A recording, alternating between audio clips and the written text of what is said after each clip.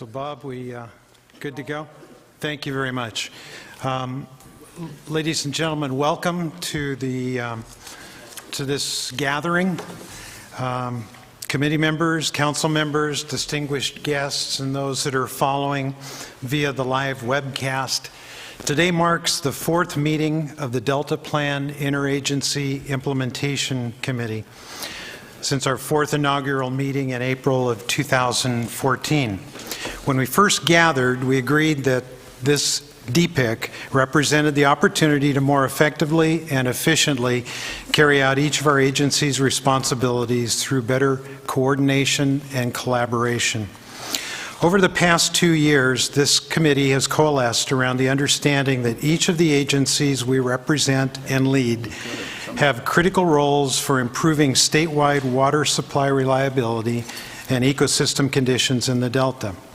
We have observed through actions resulting from this group that collectively the agencies have, through cooperation, coordination, and collaboration, the capacity and the authority to achieve much more together than we can working alone. Today, we have some new representatives at the table. I would like to ask each committee member to provide self-introduction, including your agency and title. And let's begin on the far right. Hi, I'm Cliff Dahm. I'm the lead scientist for the Delta Science Program in the Delta Stewardship Council. Hi, I'm Jason Phillips with the Bureau of Reclamation Mid-Pacific Region. I'm a Deputy Regional Director at Reclamation. I'm also the lead federal program manager for the California Water Fix permitting. Chuck Bonham, Director of the California Department of Fish and Wildlife. Phil Ledger, President of the Flood Board. Tim Valinsky, U.S. EPA Bay Delta Program Manager. Dan Castleberry, U.S. Fish and Wildlife Service. I'm the Assistant Regional Director for Fish and Aquatic Conservation. Good afternoon, Mary Pifo. I sit on the Contra Costa County Board of Supervisors, but also serve as Chair of the Delta Protection Commission, which puts me in a seat on the Delta Stewardship Council. Thank you. Gordon Burns, I'm the Undersecretary at Cal EPA, standing in for Secretary Matt Rodriguez. And I'm John, I'm John Laird. I'm Secretary of the NRA, which is the Natural Resources Agency. And I have to follow John Laird. Karen Ross, Secretary of the California Department of Food and Agriculture. Good afternoon. I'm Maria Ray. I'm the Assistant Regional Administrator of NOAA Fisheries, representing Regional Administrator Wells Stahl. Good afternoon. I'm Campbell Ingram, Executive Officer of the Delta Conservancy. Good afternoon. John D'Antonio, South Pacific Division Corps of Engineers, the Programs Director. Good afternoon. Mike Chikowski. I'm the Bay Delta Science Coordinator for the U.S. Geological Survey. I'm here representing Mark Sogi, the Regional Director. I'm Mark Cowan, Director of California's Department of Water Resources, representing myself.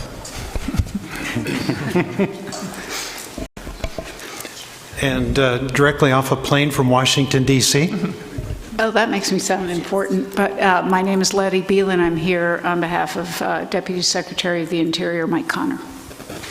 And entering the building is Felicia Marquez, Chairman of the State Water Resources Control Board, who will be seated at the front table soon. Who knows how to make an entrance. And she didn't bring cappuccinos for all of us.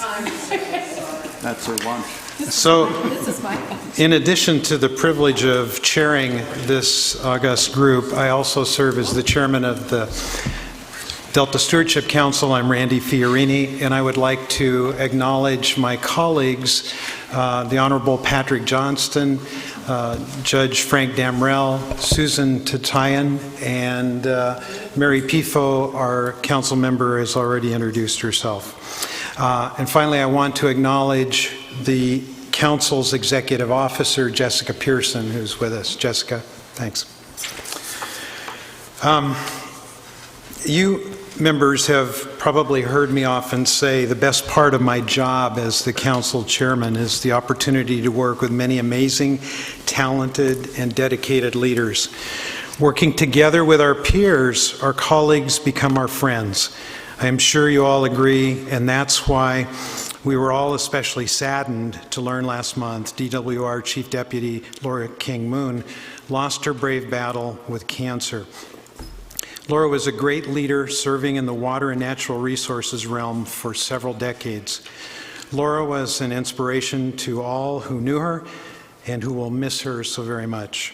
I would like to ask that we now pause for a moment of silence honoring the memory of our friend Laura King Moon.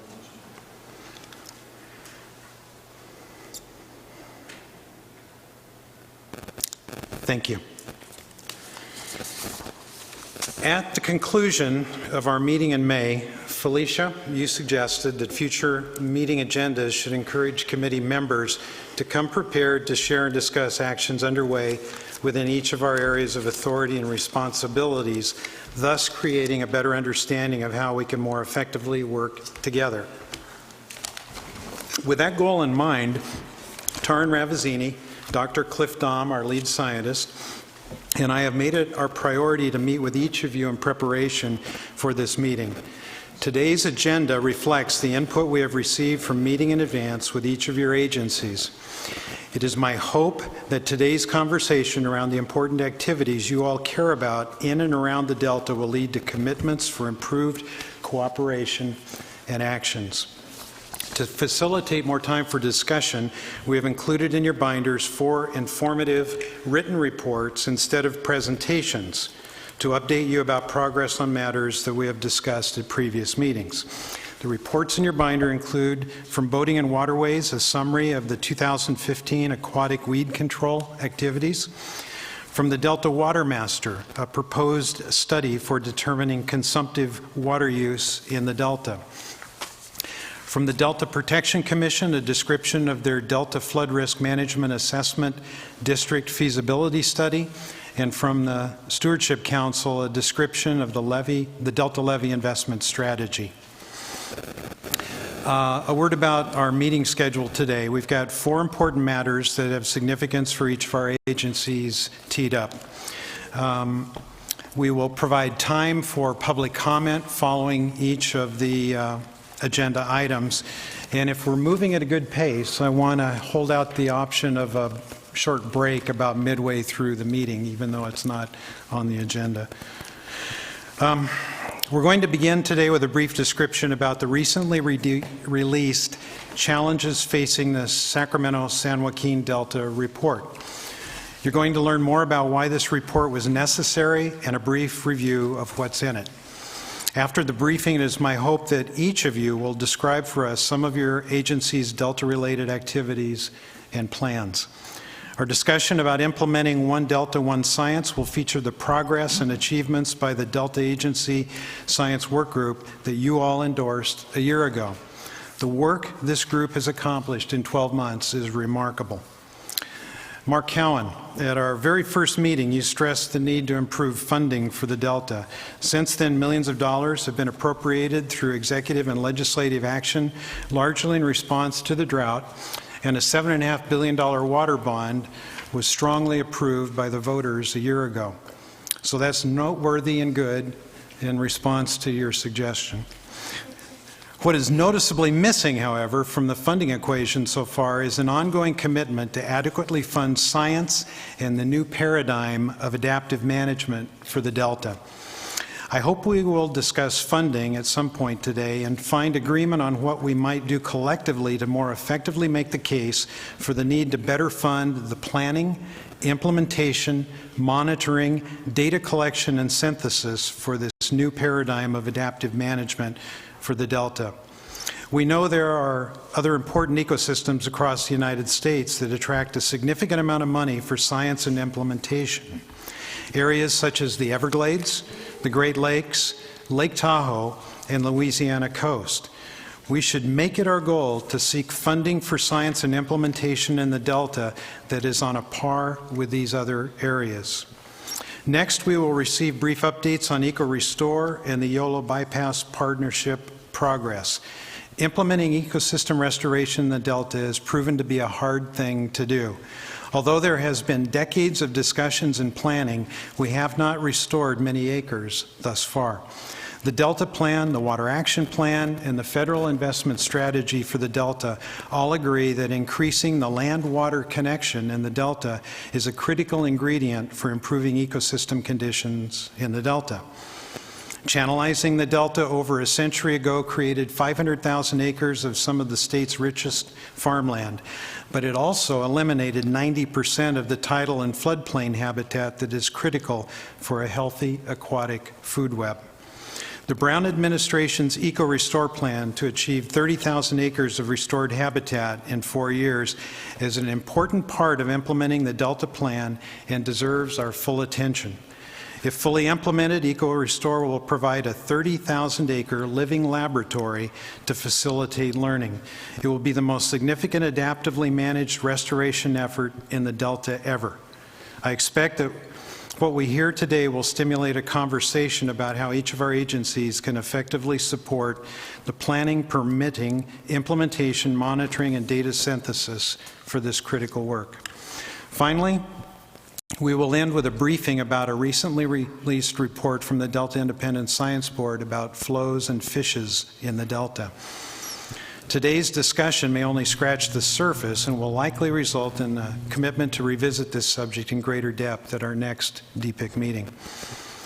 I take the responsibility to chair this meeting very seriously. You'll probably laugh to hear that I lose sleep about presiding over this meeting twice a year. I think we all agree what a great opportunity this venue provides. My fear grows out of the thought that we will not take full advantage of the collective knowledge and authority that is present at this table and miss opportunities. At the end of today's meeting, I trust we will not miss any opportunities to maximize our collective effectiveness in the Delta by identifying the next steps we can collectively agree to work on. Actions that will lead to reports of success at the next meeting in 6 months and beyond. So with that, let's move on to file item number 2, Delta Challenges.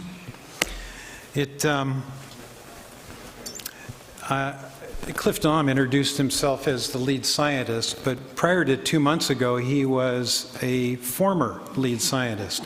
Having served for 3 years prior to Peter Goodwin's term of service, Cliff was instrumental in helping develop the Delta Plan, the Delta Science Plan. In his retirement as a former lead scientist, he was tagged by Department of Interior and Resources to form a group of 4 lead scientists to develop the report that you have before you, Delta Challenges. I'd like to ask Cliff in a few moments to describe the contents of that report, but before I do, the reason we have that report is because the Department of Interior, represented by Letty Beelan, and Resources, Secretary Laird, requested this report. So a few words from Letty and from John about why you asked for this report, and then Cliff will ask you to describe your findings and what's in it.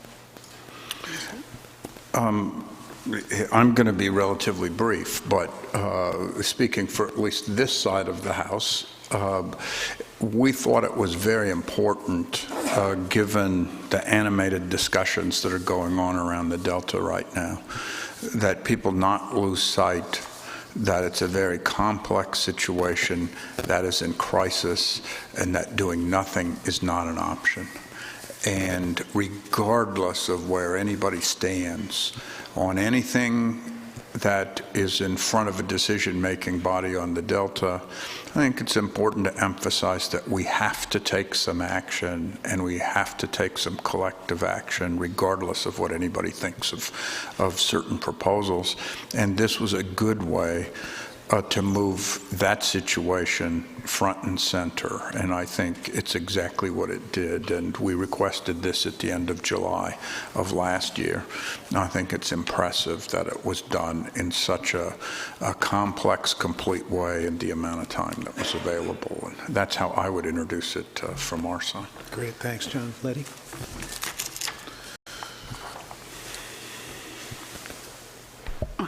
Good.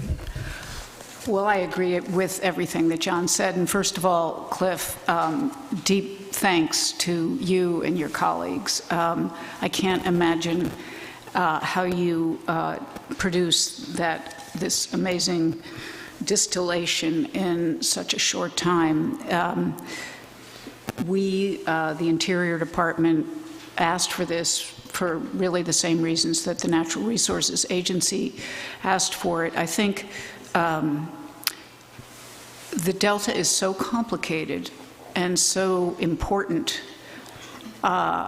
It's hard to think of anything that is so, both of those as intensely as the Delta is. And we asked for something that we thought was an impossible thing to get, which was a plain English, short distillation of the key challenges. And it's just from the four former and now current lead scientists whose credibility is absolutely unimpeachable and who are respected by everybody who knows about the Delta. And you did it, and you did a fantastic job. And I think, I do think that the message is, notwithstanding the complexity, status quo is not viable, and actions need to be taken, and we need to adaptively manage, but not be so afraid to take action as to not take any action. So thank you very much. So with that, Cliff, describe to us what's in the report.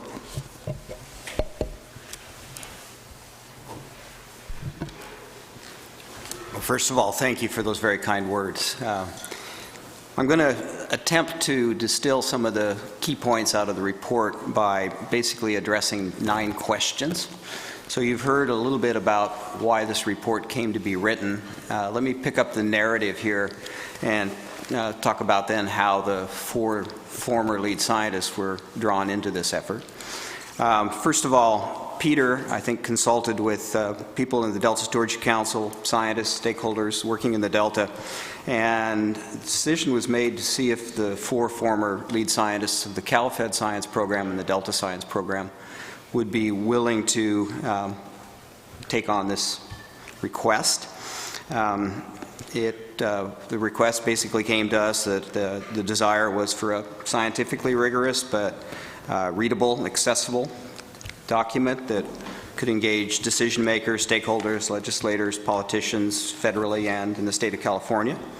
And as many of you in this room know, Peter is a very charming individual with a quaint British accent, rather unassuming, quite positive, and he hooked us. He hooked all 4 of us. If we knew how much it was going to take work-wise, I'm not sure he would have got all 4 of us, but it was quite the effort, and now that it's finished, I think we're glad we did it, but during the process, there were times where we were cursing Peter Goodwin's name. Okay, so quickly then, who wrote and produced the report? So you've heard it's the 4 former lead scientists, Sam Luoma, Johnny Moore, Mike Healy, and myself.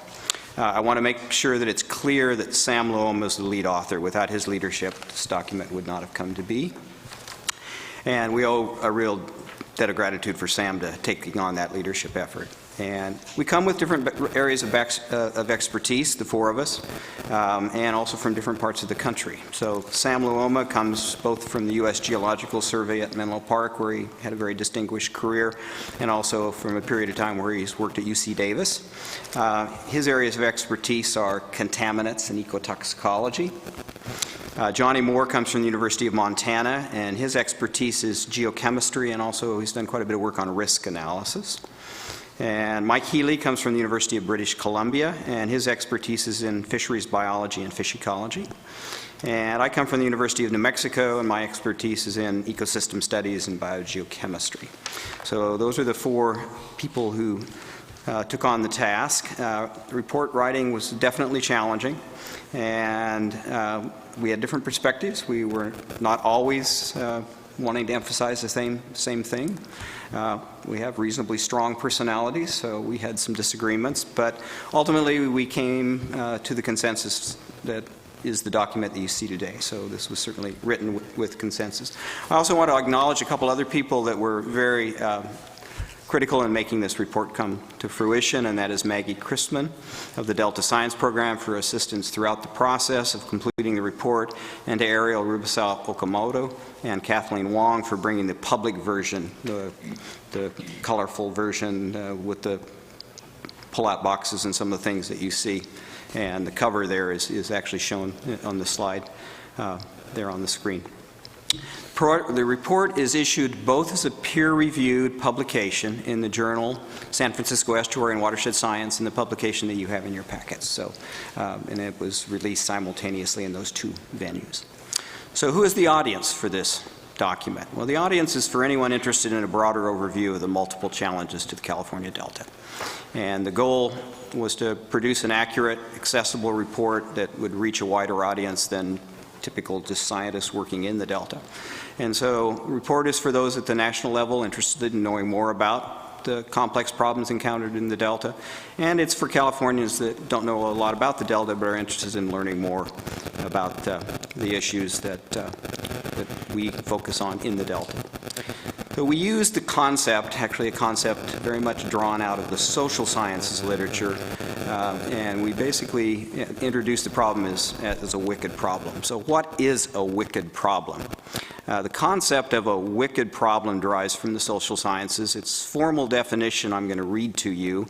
A wicked problem is a problem that is difficult or impossible to solve because of incomplete, contradictory, and changing requirements that are often difficult to recognize. The use of the term wicked denotes resistance to resolution. The term does not mean evil. Okay? There are some other classic examples of wicked problems that have been described in the literature. Some examples would be pandemic outbreaks of flu is a wicked problem. Proliferation of nuclear weapons is a wicked problem. Global terrorism, after the terrible events we just saw in Paris, is a wicked problem. Healthcare, climate change, these are examples of wicked problems. And we felt that the Delta, too, is a wicked problem. So that's where the concept comes from. And I'll quote from the report with respect to the Delta. If the problem were just about allocating freshwater flows, it might be solvable. Add in the complexity of moving water through a hydrologically and hydrodynamically complex delta, and it becomes complicated. Add the uncertainty of ecological responses and institutional complexity of many actors with many visions, and the problem becomes wicked. Then add the ever-changing water supply and ecological and economic context within which decisions must be made, and the problem becomes devilishly wicked. So this is something that we tried to lay out then as a premise for the document we were writing. So the next question I'd like to address and that the report goes into are, what are the stressors and drivers of change in the Delta? So we tried to capture the key stressors and drivers of change in figure 2.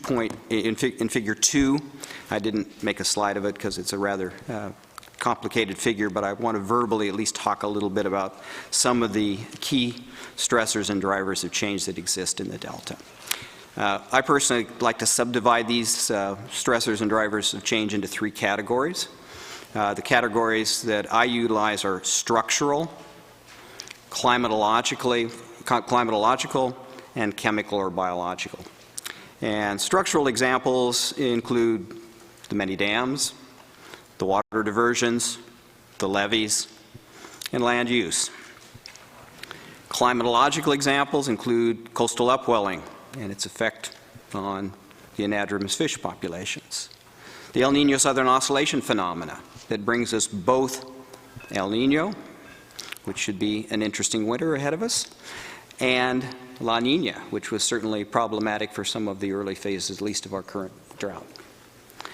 Atmospheric rivers that deliver very large quantities of water and are a major source of water supply for the state of California, but also produce major flooding and major damage to property. And then The other thing that I think needs to be brought into the picture is the changing climate seen in warmer temperatures. The last 2 years are the 2 warmest we've seen in California. And rising sea levels, lower spring snowpacks, and catastrophic forest fires, which have certainly been very much in the news here in the last couple of years. Some of the chemical and biological aspects of stresses and drivers of change in the Delta include things like salinity intrusions, nutrient enrichment, the many toxic substances that the Delta is exposed to, and invasive non-native species, of which there are many. So these are some of the stressors and drivers of change in the Delta. The next question I'd like to address, and that is the next topic in the report, is why is the Delta a study in complexity? And Delta complexity comes in many interacting forms. There's physical system complexity, water supply complexity, water quality complexity, ecological complexity, and institutional complexity. And I'd like to just say a word or two about each of those types of complexity. So in physical system complexity,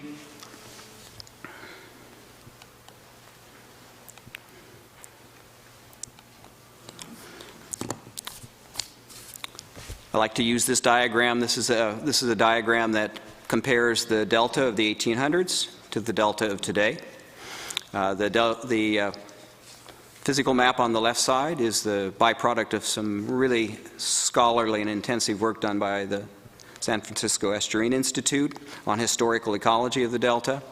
And the diagram on the right is the current Delta. The Delta is an area nearly the size of Rhode Island.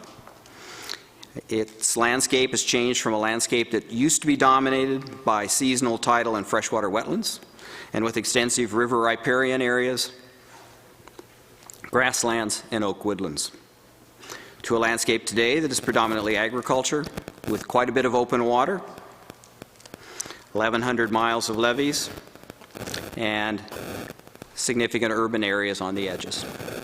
So this is the reality of the Delta, current and past, and it's a much changed landscape, and in which native species evolved, in which non-native species today thrive.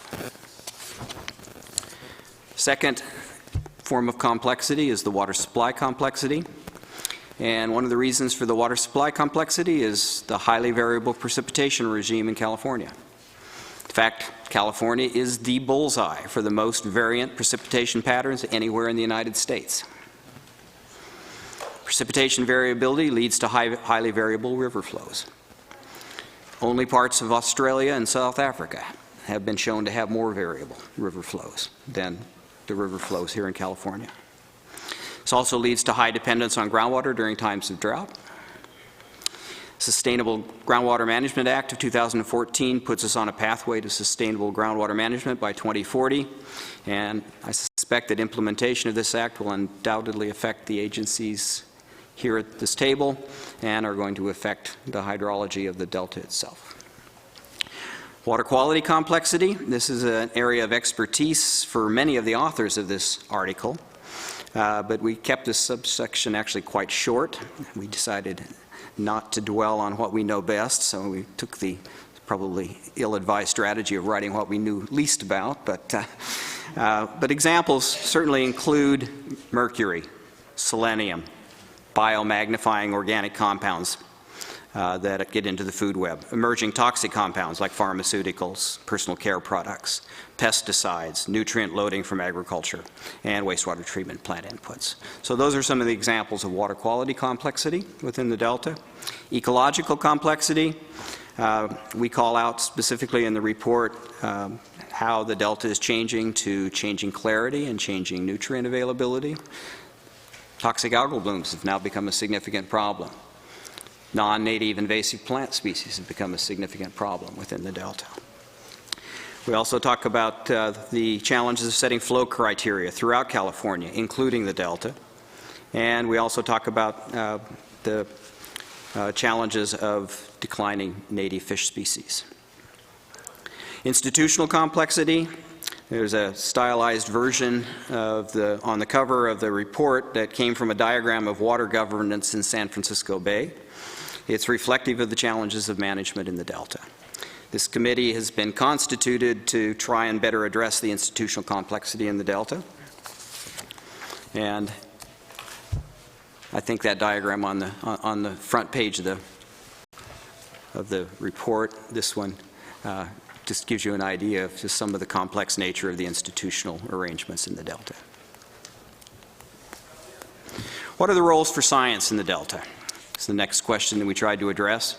Science has and will continue to play multiple roles in the Delta. Key examples where science is making important contributions include modeling of past and current conditions within the Delta, future hydrodynamical, chemical, and biological conditions within the Delta, monitoring of status and trends in the Delta, with the goal, I think, ultimately of coming up with a robust regional monitoring program, enhanced data management, the analysis, synthesis, and integration to support adaptive management within the Delta, and the required science to support decision-making, with the caveat that we lay out, I think, clearly in the report that difficult political choices will be necessary in the face of uncertainty.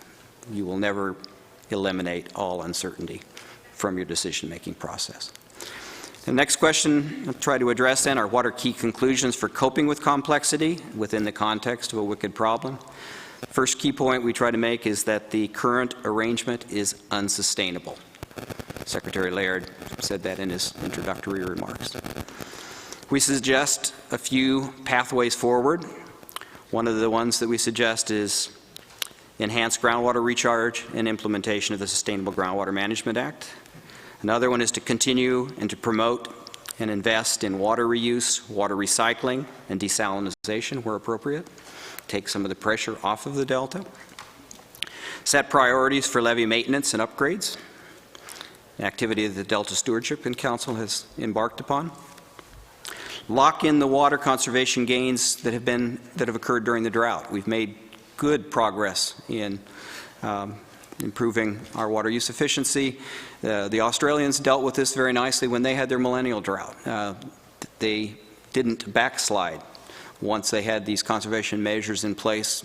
Many of the cities, I lived in Brisbane, for example, they went from 400 liters per person per day to down to 140 liters per person per day, and then the drought broke, and Brisbane went up to about 190, 200 liters per person per day. So much of the savings was institutionalized, and that's certainly one thing that we call out.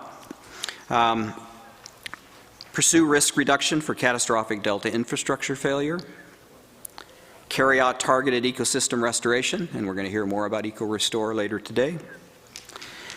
Make the concept of one Delta, one science that's in the Delta Science Plan a reality. And then I'll end my presentation with a final quote in the report. It's up there on the screen. As we enter an era of increasing uncertainty about climate, water supply, and the fate of the Delta's native ecosystem and institutional complexity, and I'll emphasize this, multi-institutional collaborative approaches will become increasingly important.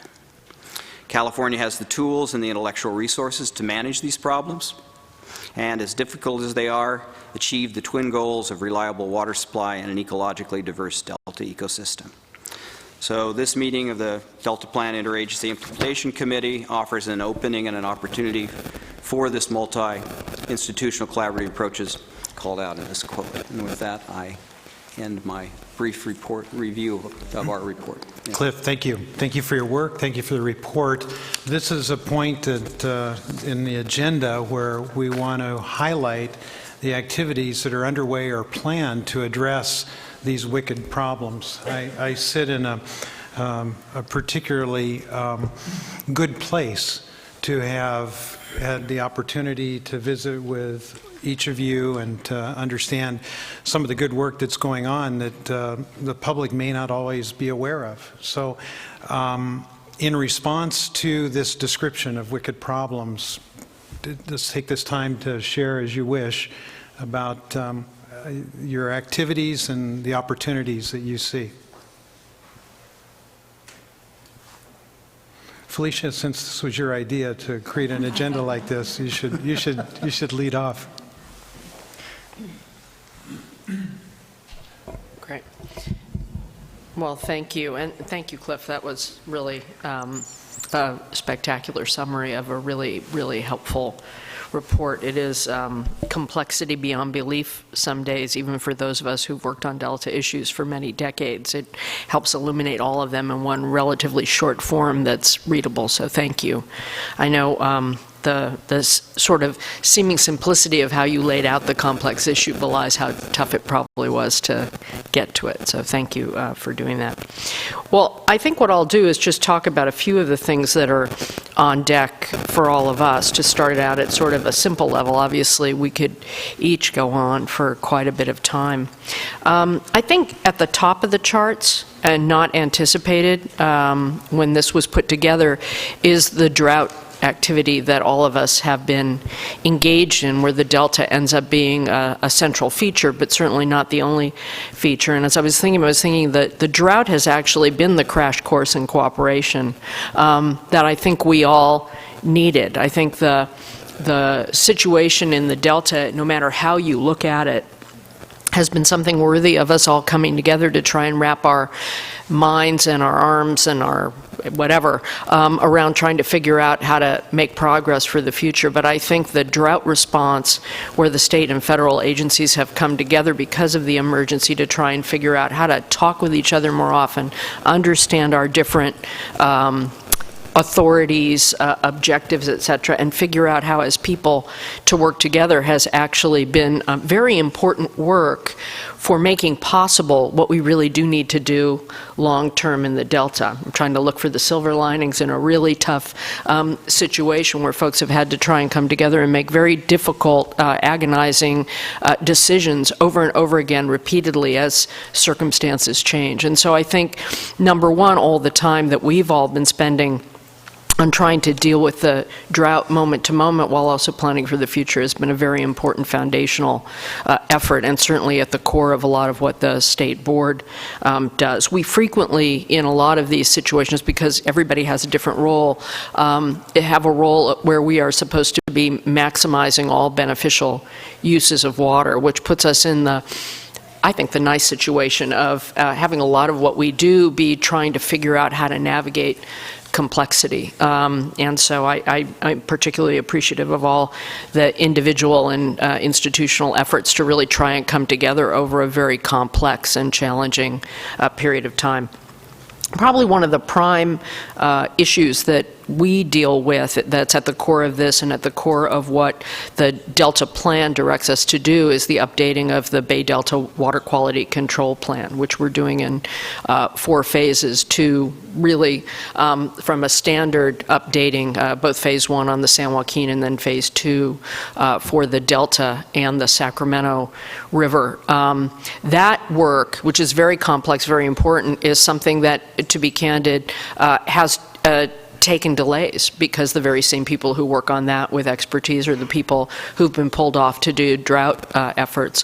One of the good things that has happened, even though people have been working at it all along, is that the governor and the legislature gave us increased budget authority and authority to hire a number of people so that we can get that work accelerated going and not dependent on people being dragged off. And we're in the process of hiring a lot of great new people and managing our staff to try and get that out. There's a direction from the board to get going and get the new phase 1 updated environmental document out. We had a draft out that was controversial to say the least, but we got very good comments and we've rewritten it. And in the process of rewriting it based on the very good comments that we've gotten from everybody, that will go out. We're in the midst of doing the scientific review document for the phase 2 work, and perhaps important for this group, we really appreciate the work that we've been able to do with the Delta Science Program to create a forum of venue and expertise to start looking at these things with peer review and quality science, so that we're not doing it in separate silos. So that is really probably our top priority, other than drought response, in the work we do, and we're committed to doing it. I'm very grateful for the additional staffing that we've gotten so that we can get that work moving on.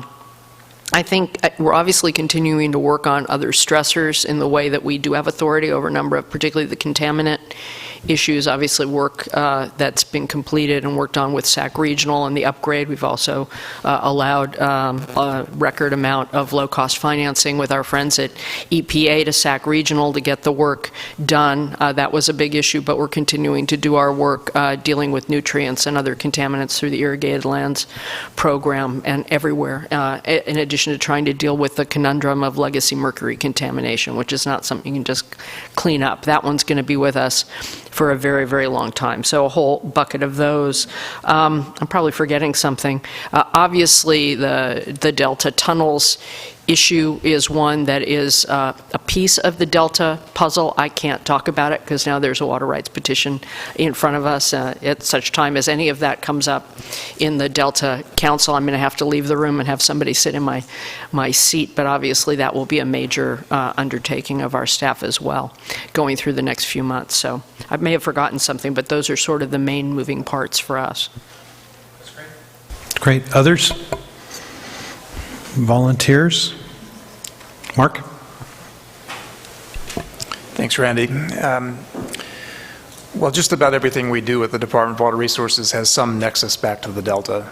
It's hard to imagine anything we do that either isn't a direct effect or affected by Delta issues. And I, for one, really appreciate this report and drilling down on the complexities that we all live with in our professional lives pretty much on a daily basis.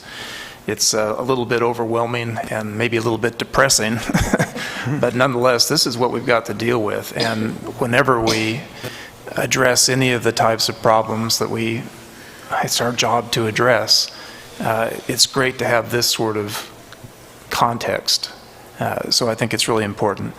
I won't list all of the programs that the department operates that have some effect on the Delta. Certainly our statewide responsibilities towards improving regional supplies through integrated regional water management and water conservation, all those activities have an indirect effect on the Delta. Our flood management activities, both upstream and in the Delta itself, our Delta levy subventions and special projects, our efforts to contribute towards ecosystem restoration, I hope will actually increase contributing towards the governor's goals for us over the next few years.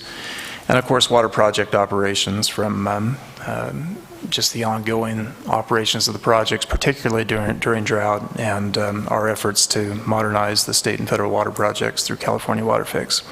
I just want to take a second to raise one issue with your description of the report, Cliff, and maybe this is really unimportant at the end of the day, but it affects my way of thinking about all of the work that DWR does. And it gets the statement you made towards the end of your presentation, Cliff, about improving groundwater management, improving recycling, implementing desalinization in order to take pressure off of the Delta.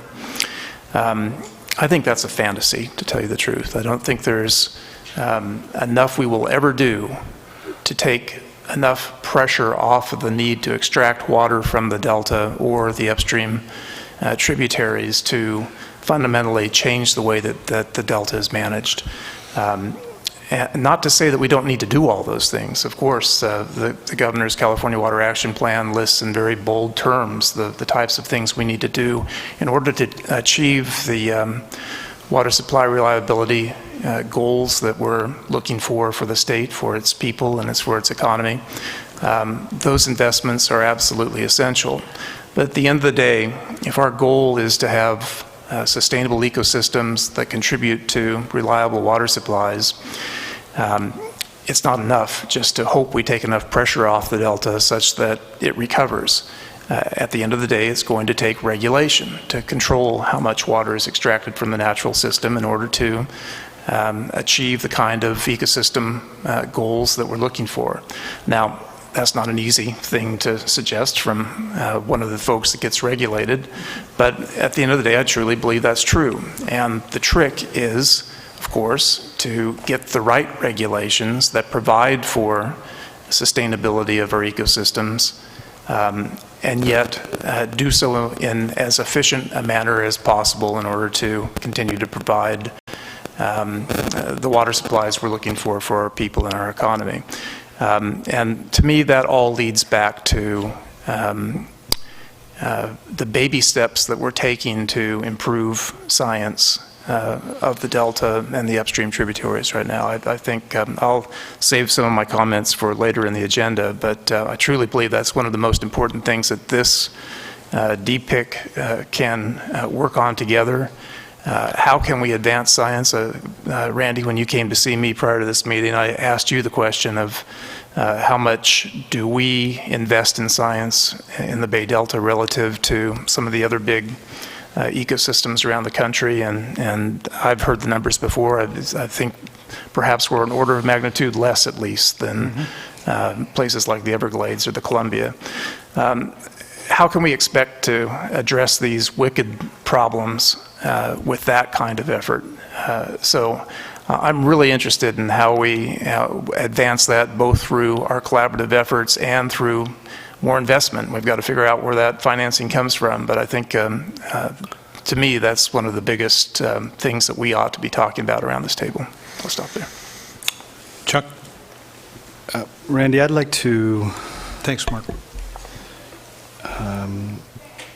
thank Cliff and his 3 co-authors for the report, but speak to those in the audience or those individuals who may be watching on the web. I know sometimes when I read a report about our problems, and this is an excellent such report, I'm often left asking, well, what is government doing?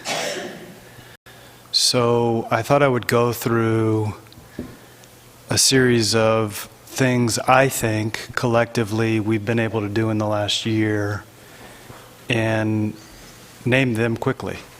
Good. At least in the last 2 fiscal years, the state of California has, through emergency fund making, redirected over $54 million to my department to engage in critical, time-sensitive science, restoration, and other activities relative to fish and wildlife during drought. Just as a for instance, we took a percentage of this money and completed levee breaching and tidal habitat restoration in the Delta and more than doubled some of the available habitat for fish species. And the Public Policy Institute of California, I think, in its most recent assessment of our collective work, said they thought, I think it was either 13 or 18 native fish species were at risk of immediate extinction. And when I crosswalk that against the activity Ms. Ray and Mr. Castleberry's agencies have done with ours, we've rescued or brought into captivity or have done other Herculean efforts for, I think, 9 of those 13 species. The California Water Fix is advancing farther than at any other moment in time where we're actually discussing a particular potential proceeding in front of Ms. Marcus about modernizing our infrastructure. We, because of drought, have engaged with our federal colleagues, my third topic, in new science. We are really doing much more on understanding real-time turbidity conditions in the Delta and factoring it into our real-time decision-making with the Bureau of Reclamation and Department of Water Resources. It ought to be our new baseline for taking science like that into real-time management decisions. Our department allocated our first tranche of funding from the California Air Board for greenhouse gas reduction funds, which, when you spend on habitat restoration, can both sequester carbon and create habitat that's usable for fish and wildlife. We're doing it in conjunction with Campbell at the Conservancy board members, and we're each getting ready to allocate our first distributions of funds under Proposition 1 for habitat restoration. The California Water Commission, I think by the end of this next year, is going to be well set up to review and act on applications to build surface storage, improve groundwater storage, advance conjunctive use around the state of California. In April, standing next to him the governor announced California EcoRestore, and Randy, 30,000 acres is a floor. We're going to do more than that.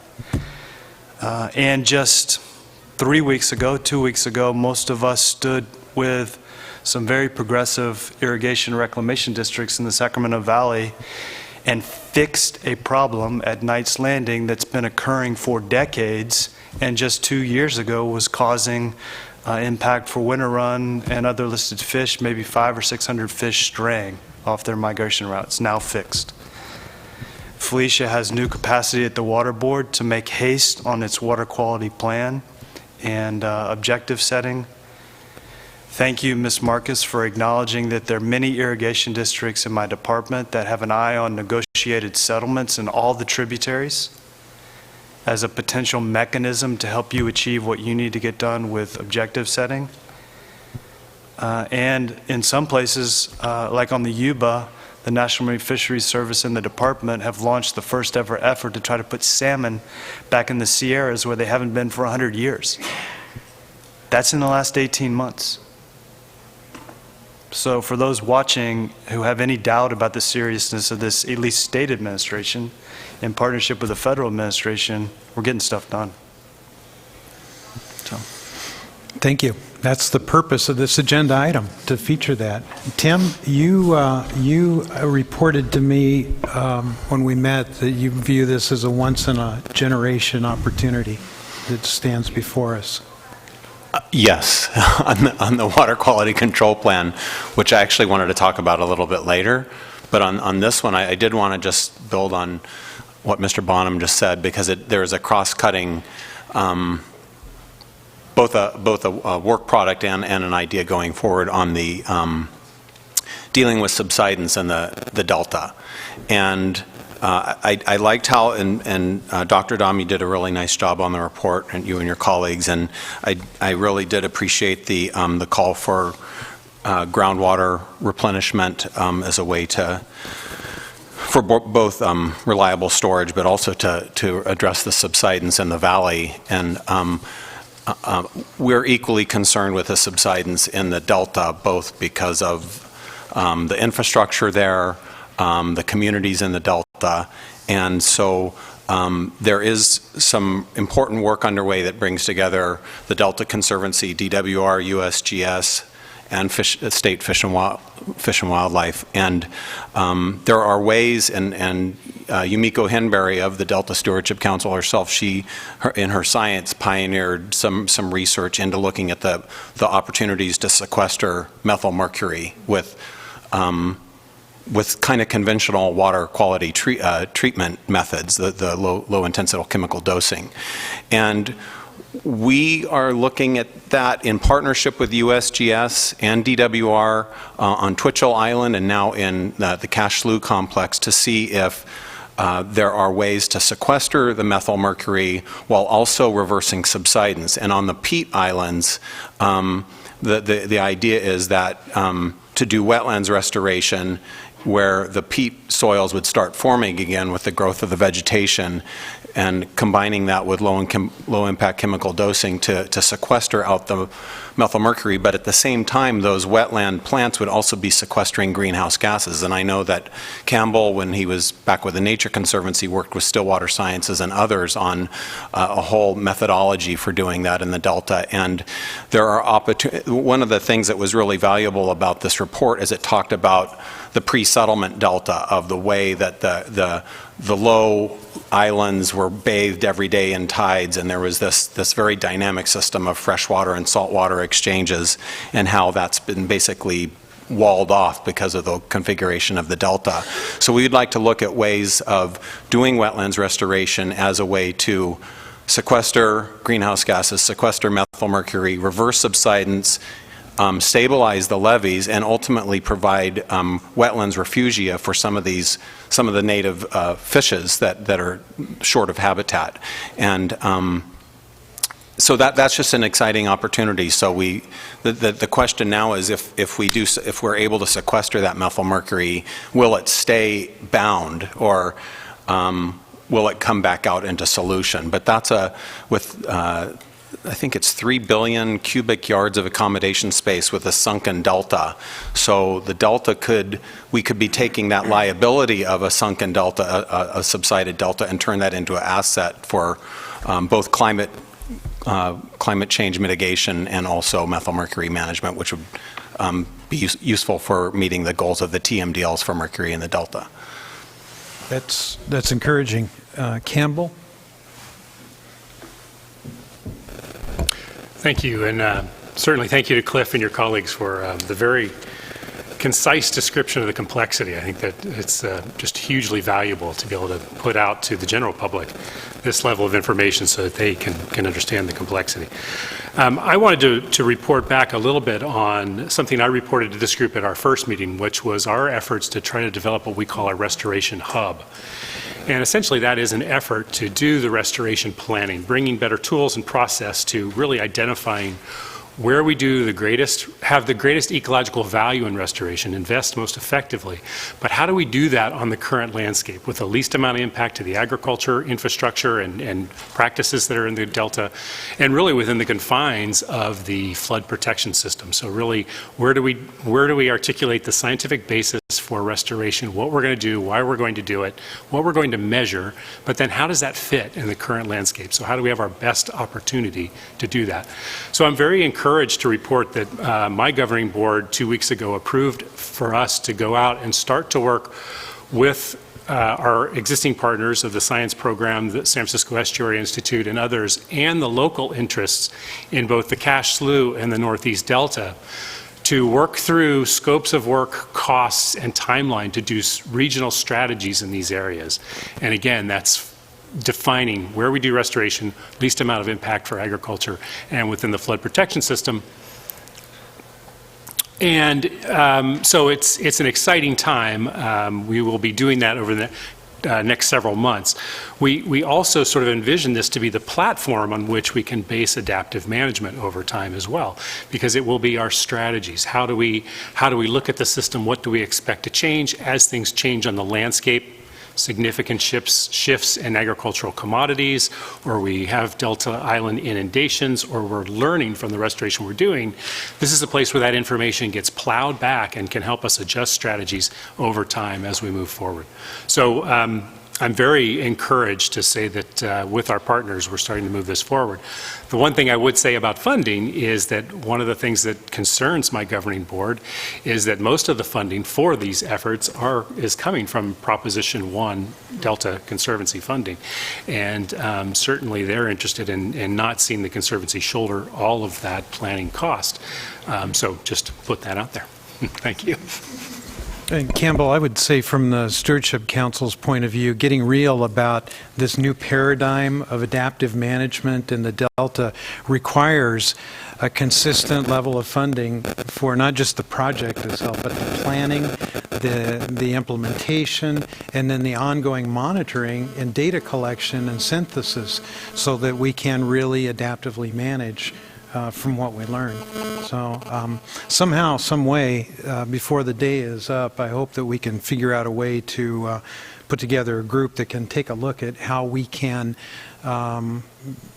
further encourage funding into the Delta on a par with what we see in other parts of the country. Others? Yes, Letty. Thanks. And I wanted to encourage our particular agencies who are the ones doing the really hard work to speak to the actual work that they're doing. So I'm just going to fly at 30,000 feet and make a couple of comments.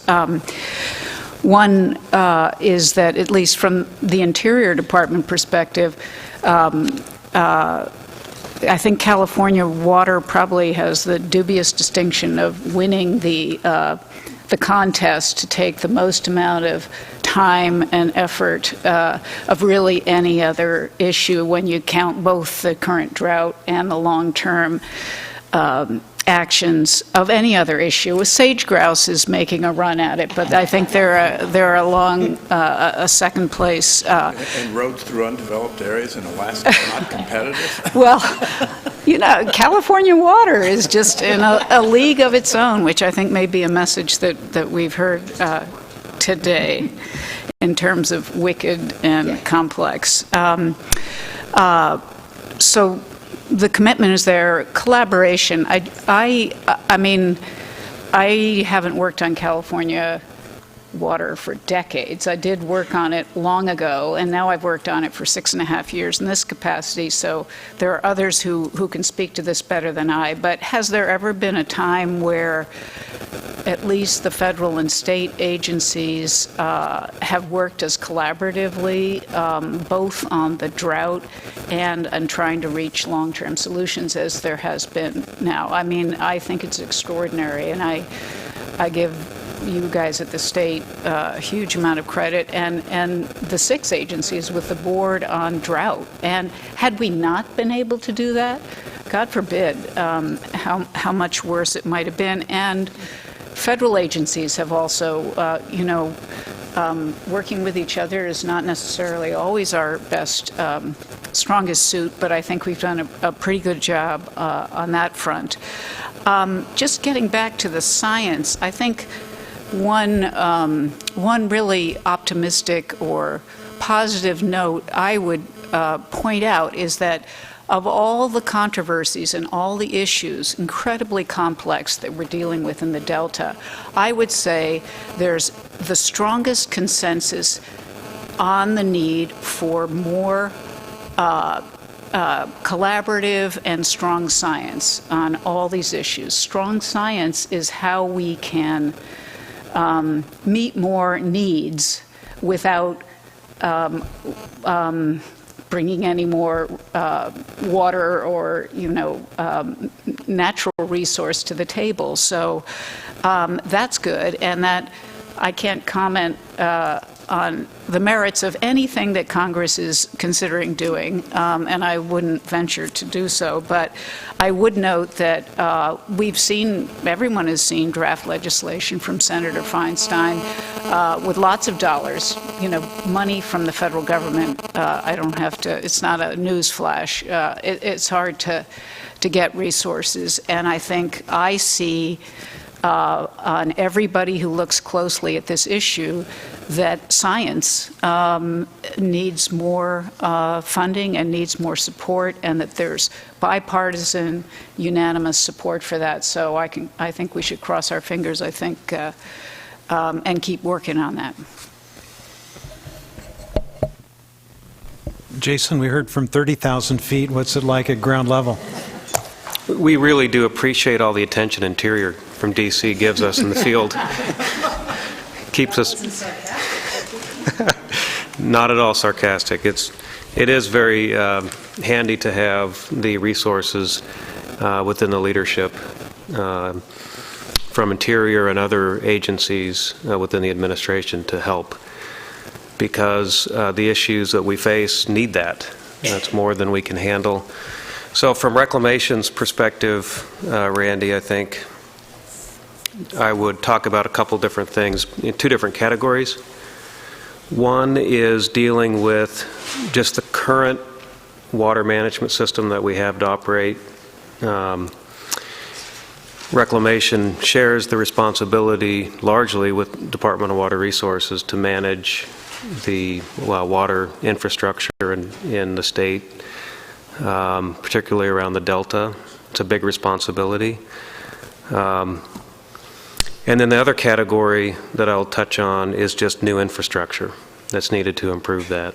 And again, I'm not talking agencies for all the federal agencies. I'm speaking mainly for what we have authority within Reclamation. And so when we look at the current water management system, Cliff had a graphic of us looking at the Delta in the early 1800s and then next in the early 2000s. Well, the current infrastructure we're using to manage the system now largely was what affected that. It caused that. And we're using that infrastructure now today, decades-old infrastructure, to try and fix some of the issues that it caused. And so that comes with it a lot of challenges. We found a lot of opportunities, particularly in the last 10 years and 5 years of drought.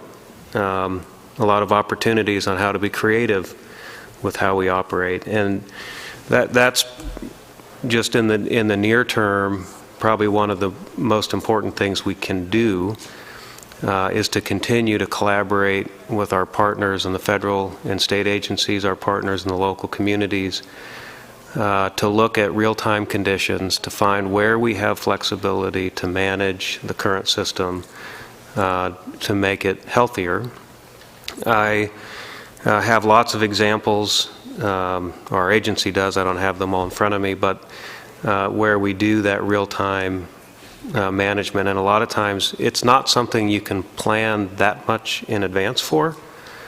We look at what's happening right now, where the cold water is, where it's needed, where our water deliveries are scheduled, what flexibility do we have to move that, and what's the water quality today. We will never know what the water quality real time will be like in a couple of weeks from now. But today we can see it, and we can try and shift how we operate to try and better the species and the other resources we're trying to protect and that we're talking about.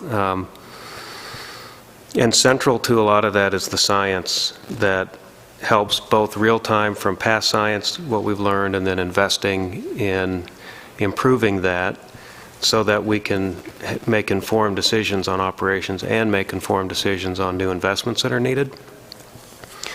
Reclamation has made a lot of investments. We're not a new agency in terms of investing in California water issues. Not always by choice. Since 1992, we have accounted for almost $1.4 billion of investments in the Central Valley Project Improvement Act. In fact, we are frequently criticized for how much has been invested in the CVPIA. A lot of good things have come of that. We've learned a lot. We also invest now annually about $20 million a year in science. And I'll tell you, it is very helpful for us. We have a strong federal team. When you look at the agencies, the GS, NIMS, Fish and Wildlife, others, that we help support to continue to build science. We will continue to support that and the collaboration with our state partners and with our local partners. Real quick on infrastructure to improve the flexibility. So one of my employees told me on my way out the door not to get in trouble today. I said, well, that'll depend on if I'm going to be the bureaucrat, Jason, that is going to stick with nice politically correct lines, or if I'm going to be the young Californian who doesn't want Delta issues to be like what Social Security is, just something we never fix. And I honestly don't know how much the government invests trying to fix Social Security, but it never... You'll care about it. Yeah. Someday I will care. But I do know that we invest a lot in understanding the Delta, in understanding how we can better manage for the economy and for the resources. I also know that we have not invested very much in new infrastructure, and that goes for new infrastructure in terms of the existing aging infrastructure. We have a huge backlog of needs for that within reclamation, and I'm sure Mark would say the same within his department. But then also looking forward for new infrastructure that would not be built for the same purposes that they were in the 40s and 50s and 60s. That largely was built for a purpose of development that caused the shift in the maps that Cliff put up. I think today the infrastructure that my agency and Mark's and others are looking at is for how to better manage this system to sustain what we have the best we can, and then improve the resources that depend on the Delta. It's very controversial, very expensive. I would agree with Mark that the reuse, the recycling, the efficiency, those are all low-hanging fruit that we need to jump on every time there's an opportunity.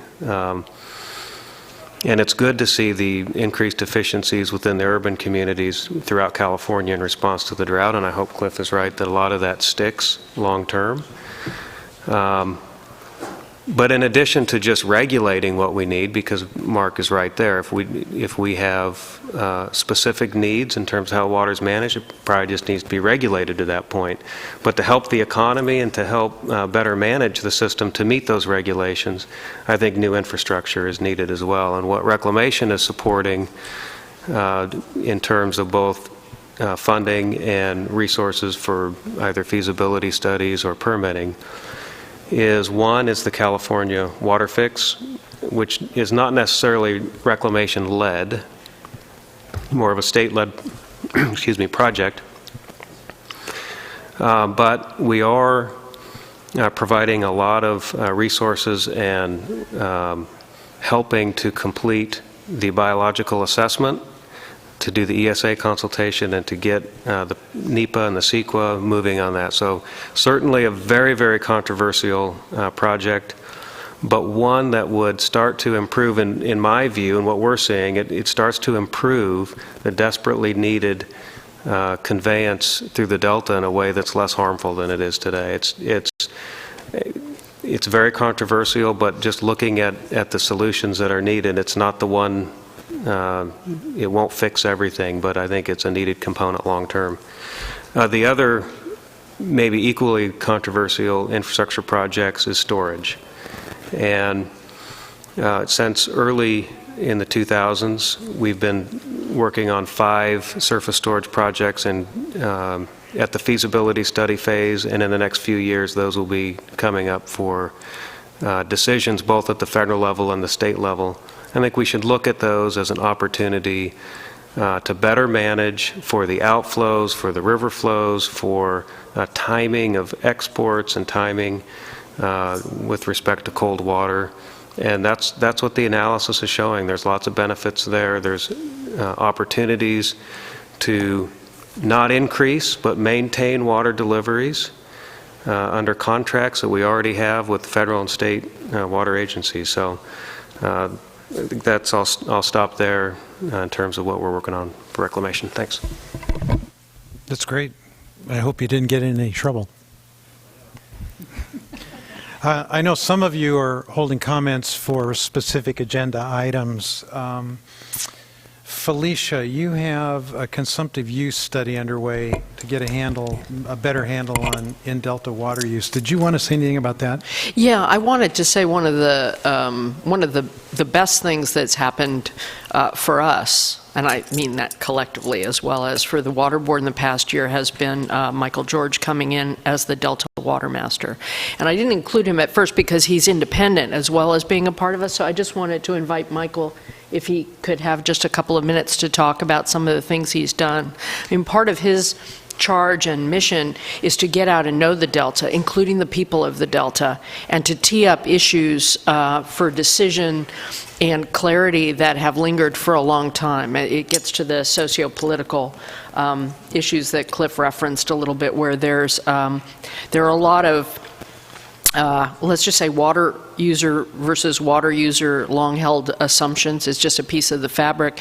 And Michael is trying to bring facts and light and humanity to teeing those issues up. And so do you mind a couple of minutes explaining what you've been working on? And that includes a number of other entities. So, Michael, you were described as independent. That suggests that you can choose to do this or not do That's this. right. Well, I didn't say it at first because I hadn't asked him, but I figured I would put him on the spot. The button is at the... okay. Got the right one? Yes. Thank you very much for the opportunity, and I'll be brief, because what we're working on in this consumptive use study is, as Felicia says, an attempt to bring together work that lots of different agencies are doing, lots of different stakeholders are doing, all aimed at figuring out how to get a handle on consumptive use in the Delta. It's critical to how we manage the farming enterprises in the Delta, how the projects operate in the Delta, et cetera. It's critical as well to ecosystem restoration. So there were, and there are ongoing, lots of efforts to get a better handle on that critical element of what goes on in the Delta. And so what we've done really is simply to pull together a lot of those efforts and then to find funding from a variety of agencies so that we could do a centralized process that would bring the information together and hopefully get everybody to recognize and to look at and to measure consumptive use on a consistent basis so that we can make decisions on an agreed upon set of facts rather than having what we often have in the Delta, which is a very long prelude and preamble where we argue about what the facts are. So that's the nature of the study that we're now involved with. The State Water Board has funded a portion of it, the Department of Water Resources, the Stewardship Council. We've also asked for funding from some of the export interests as well as in-Delta water users. And I'm pleased to say that although we haven't got all the funding corralled at the moment, we haven't been turned down yet. So there's still some people considering it. So I appreciate the opportunity to mention that, and we'll look forward to making a presentation about the study really in two phases. 2015 was all about developing a great deal of data. With the help of the Department of Water Resources, we conducted a complete land use survey within the Delta. We also collected a great deal of information about water use of specific crops using computer analysis of satellite images.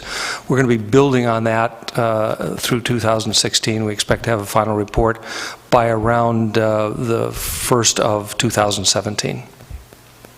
Great. Thank you. There's no question that there are a lot of challenges in the Delta, and the report that Letty, you and John asked for, and Cliff, you and your colleagues created, emphasizes that. But it should equally not it should be evident to anybody that's listening that there is a lot going on in response to these challenges, and we should be encouraged that solutions are in process, on the horizon. I appreciate all of you who have contributed thus far. Any burning desire to make a comment on this topic before we move on? Okay, great. Thank you all. Let's move on then. Well, let me check. Pat, no requests for public comment. So let's move on to file item number 3, implementing One Delta, One Science.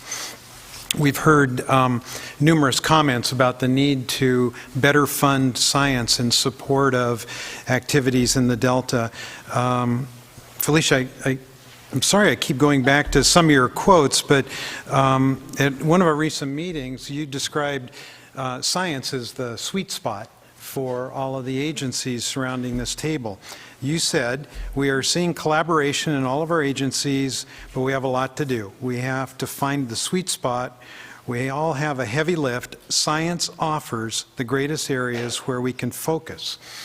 That was the thought process that went into this committee agreeing to each furnish a high-level science policy person to form a Delta Science work group.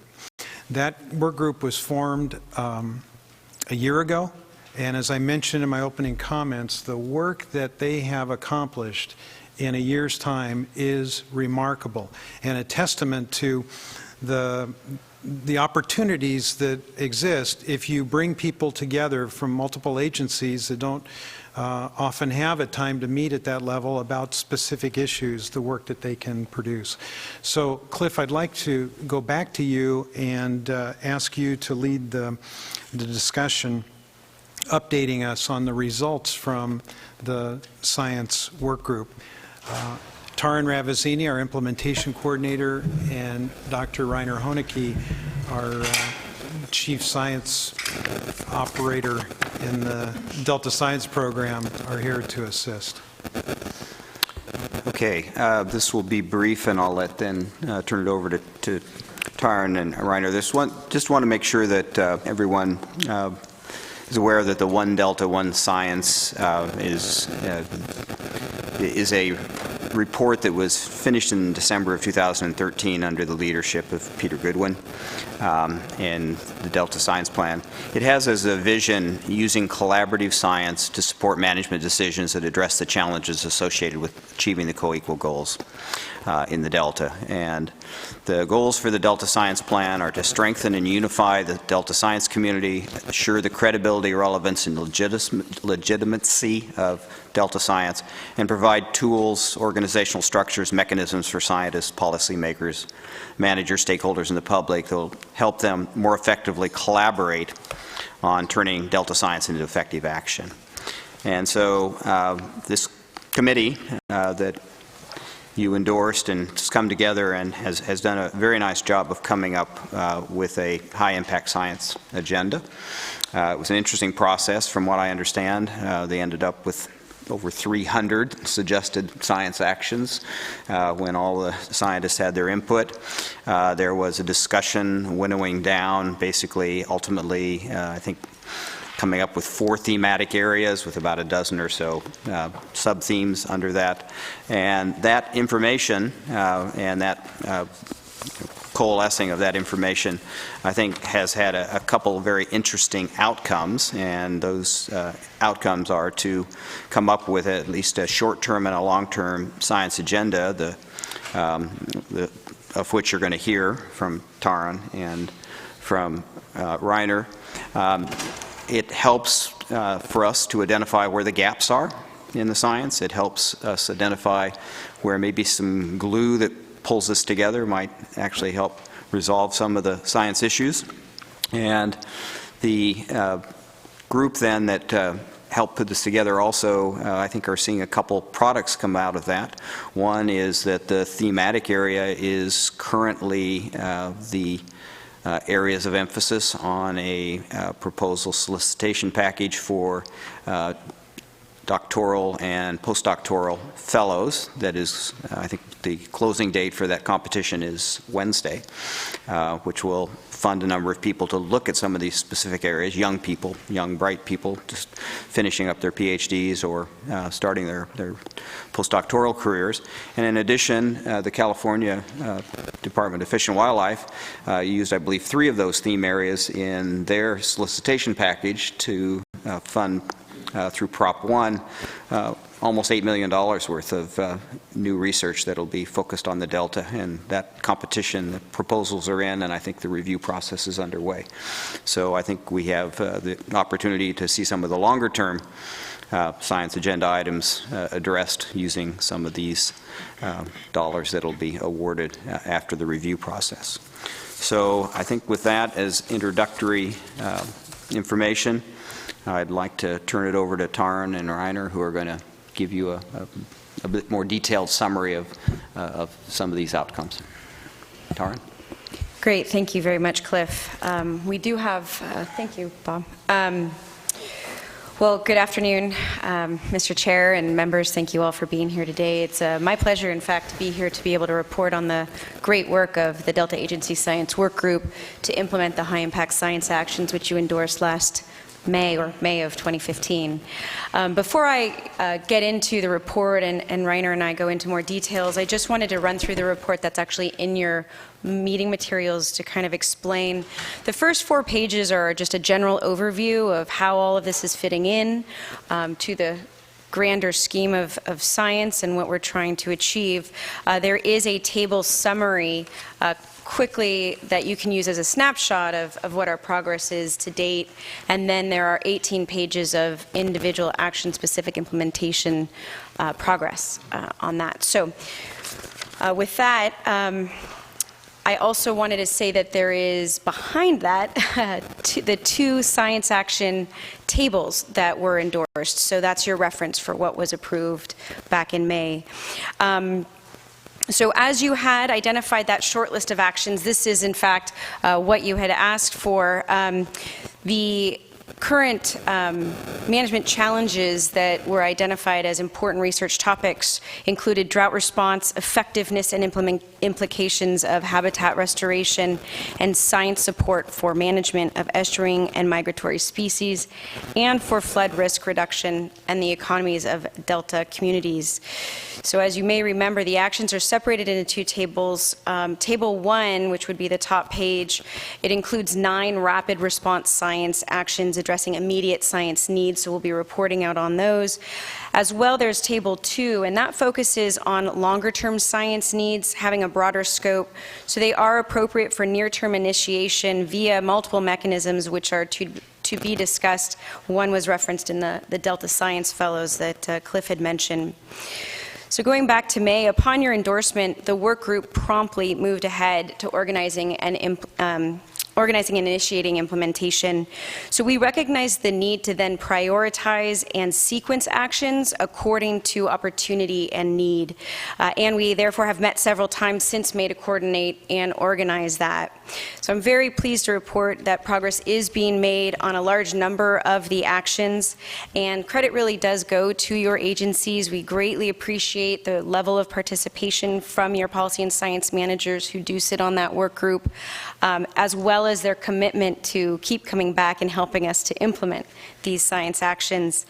It is important to note that as we move into the implementation highlights here, that the nature of this collaborative list requires fairly consistent review, assessment, and in some cases, refinement of the science actions in order to maintain maximum support from the agencies around the table and those stakeholders who are engaged.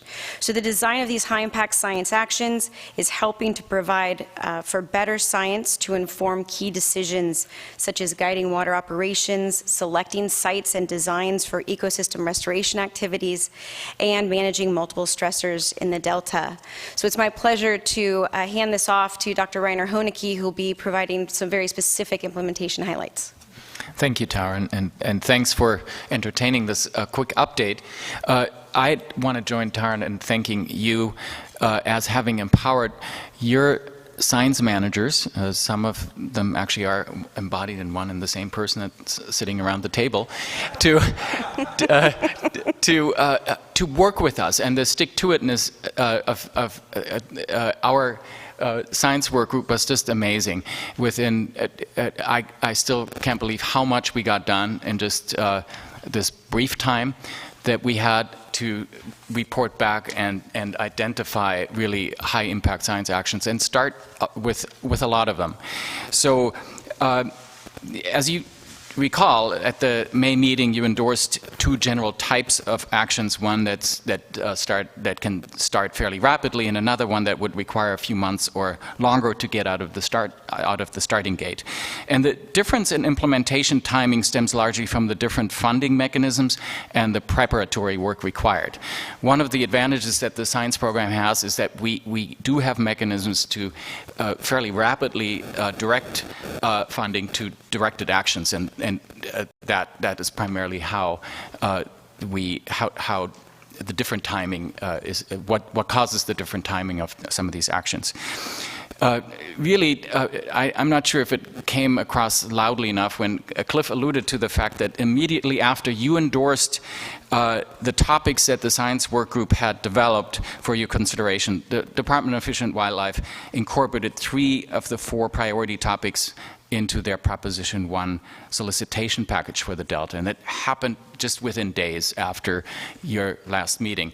And that was, I just want to pause here for a moment to let that sink in. So it was just amazing. What the Delta Agency Science Group came up with was then noted as a valuable priority research valuable priority research needs, and got immediately linked to a member agency's call for proposals via an available funding mechanism. And that, is truly one Delta, one science in action. And we also asked then the science work group to come together again and refine the science topics in Table 2. And those were the ones that we wanted to initiate a solicitation to science fellows that Cliff had mentioned before. And the science program actually sort of put money immediately on the table to get the momentum going. And those Delta Science Fellows' requests for applications actually were refined by the work group, and these are listed, the topics are listed in page 17 of your report that you have in your binder. Worthy of noting here is that the work group and stakeholders bolstered the topic 4 actions that deal with research related to the Delta as a place. And we would really like to acknowledge the collaborative work of the Delta Protection Commission and DWR's Flood Safe program to help us shape that part of the solicitation, and on Wednesday we'll find out to what extent we're actually getting some real traction on all 4 topic areas. And to top it off, really it's worth mentioning that several of the DPIIC agencies and stakeholders have indicated an interest in serving as agency mentors and possibly even funding some of these research efforts, so adding resources to the pot of money that the science program put on the table for that solicitation. So we might be able to fund more deserving projects than we had originally planned. So, although we must now wait to see how many of these topics are chosen through these processes, it's been a very quick turnaround from identification to endorsement to imminent funding of the committee's request for high-impact science actions. And if you turn to the 9 actions of Table 1, I'll be highlighting one specific action and then showing how the prioritized list has multiple applications to the work being done. So topic 3G, which included peer review of the Southwest Fisheries Science Center's winter run Chinook salmon life cycle model, was among the first out of the gate. An independent peer review of NOAA's Southwest Fisheries Science Center salmon life cycle model was conducted earlier this month, so with a final report providing recommendations to the center at the end of this year. So truly fast turnaround, and we're going to get results back even before the year is over. And this was identified by the work group as a high impact science action because of the recognition that the model would be used to make a variety of management decisions with wide-ranging implications. So it was really kind of almost the foundation, and building on that we can then move forward and actually define some follow-up specific science and research projects that might actually lead us to direct relevance to how to manage and recover winter run. And lastly, I want to give you an example of how we chose to apply science actions around the drought theme. When we learned that the Department of Water Resources had decided to install a barrier at Falls River to reduce the likelihood of brackish water impacting farmers in the Delta or even impacting water quality at the export facilities, a planning committee formed immediately and began to scope out field work to investigate the effects of the barrier on a variety of Delta ecosystem processes that go beyond the project's original intent. So specifically, actions 1A in the table, the drought effect synthesis, 1B, real-time decision support, and 2C, restoration design synthesis, and 3H, resources and mechanisms to fund collaborative research, they all benefited from this opportunity provided by the emergency drought barrier. So while DWR worked with the State Water Board to ensure compliance monitoring was in place, the scoping committee found ways to develop work plans and through an effective website that we put up, so we could communicate our respective ideas and come to decisions how to jointly fund additional studies going beyond just mere compliance monitoring that could take advantage of the modification in the Delta. And we essentially treated the drought barrier as a large-scale field laboratory. And one approach was to provide expedited funding through our directed action mechanism to 4 projects that investigate the effects of the barrier on hydrodynamics, invasive species, toxic algal blooms, and the food web, especially zooplankton, also known as food, as fish food. So in a way, we kind of really packaged this in a way that all these studies created some synergies, and ultimately that will feed into our drought synthesis report that we are planning to jumpstart next year. True to our previous lead scientist's motto of identifying the gaps and providing the glue to fill them, the science program used its funding to help get a coherent set of projects off the ground that are now adding to the long-term data record in unique ways. And again, it just, we tried to apply resources where they made the biggest difference.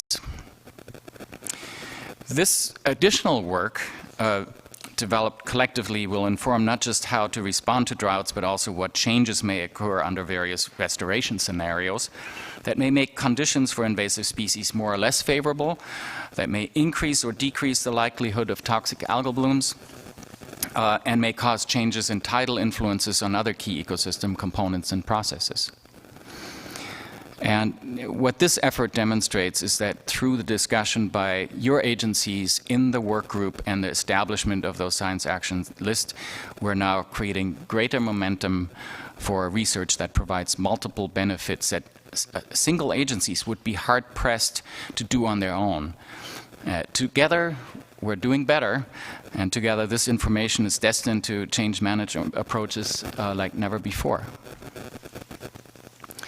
Taryn, you may want to add a few words after looking at next steps and aligning needs and priorities. Thank you, Rainer. So one of the things with having Dr. Honecke up here to describe all of that is the need for that technical component in science. There's this bridge between understanding all of the projects and then how do they apply in a way that kind of lay folks like me can understand. And that's why the Delta Challenges report was wonderful, because of the way in which it really laid out the challenges that we have before us. And this is one of the ways in which we're trying to address that, and it was through the guidance of the committee that really has made just the great leaps and bounds that we have had today. I have a slide here that has some unintended animation. So I'm going to go through this here, and there we go, and make it one visual. And what we were trying to do with this visual, I think, almost encapsulates the whole conversation around the Delta Challenges that you just had, which I'm so pleased that we get to follow up with that discussion, because what I'm trying to show here is how this work that we're doing through the work group is aiding management decisions and how it's contributing to the concept of One Delta, One Science, which was strongly supported by this committee at its inaugural meeting back in April of 2014. So we are trying to provide an overall perspective of what this work is giving us and how it's fitting into that longer-term strategy of addressing management challenges.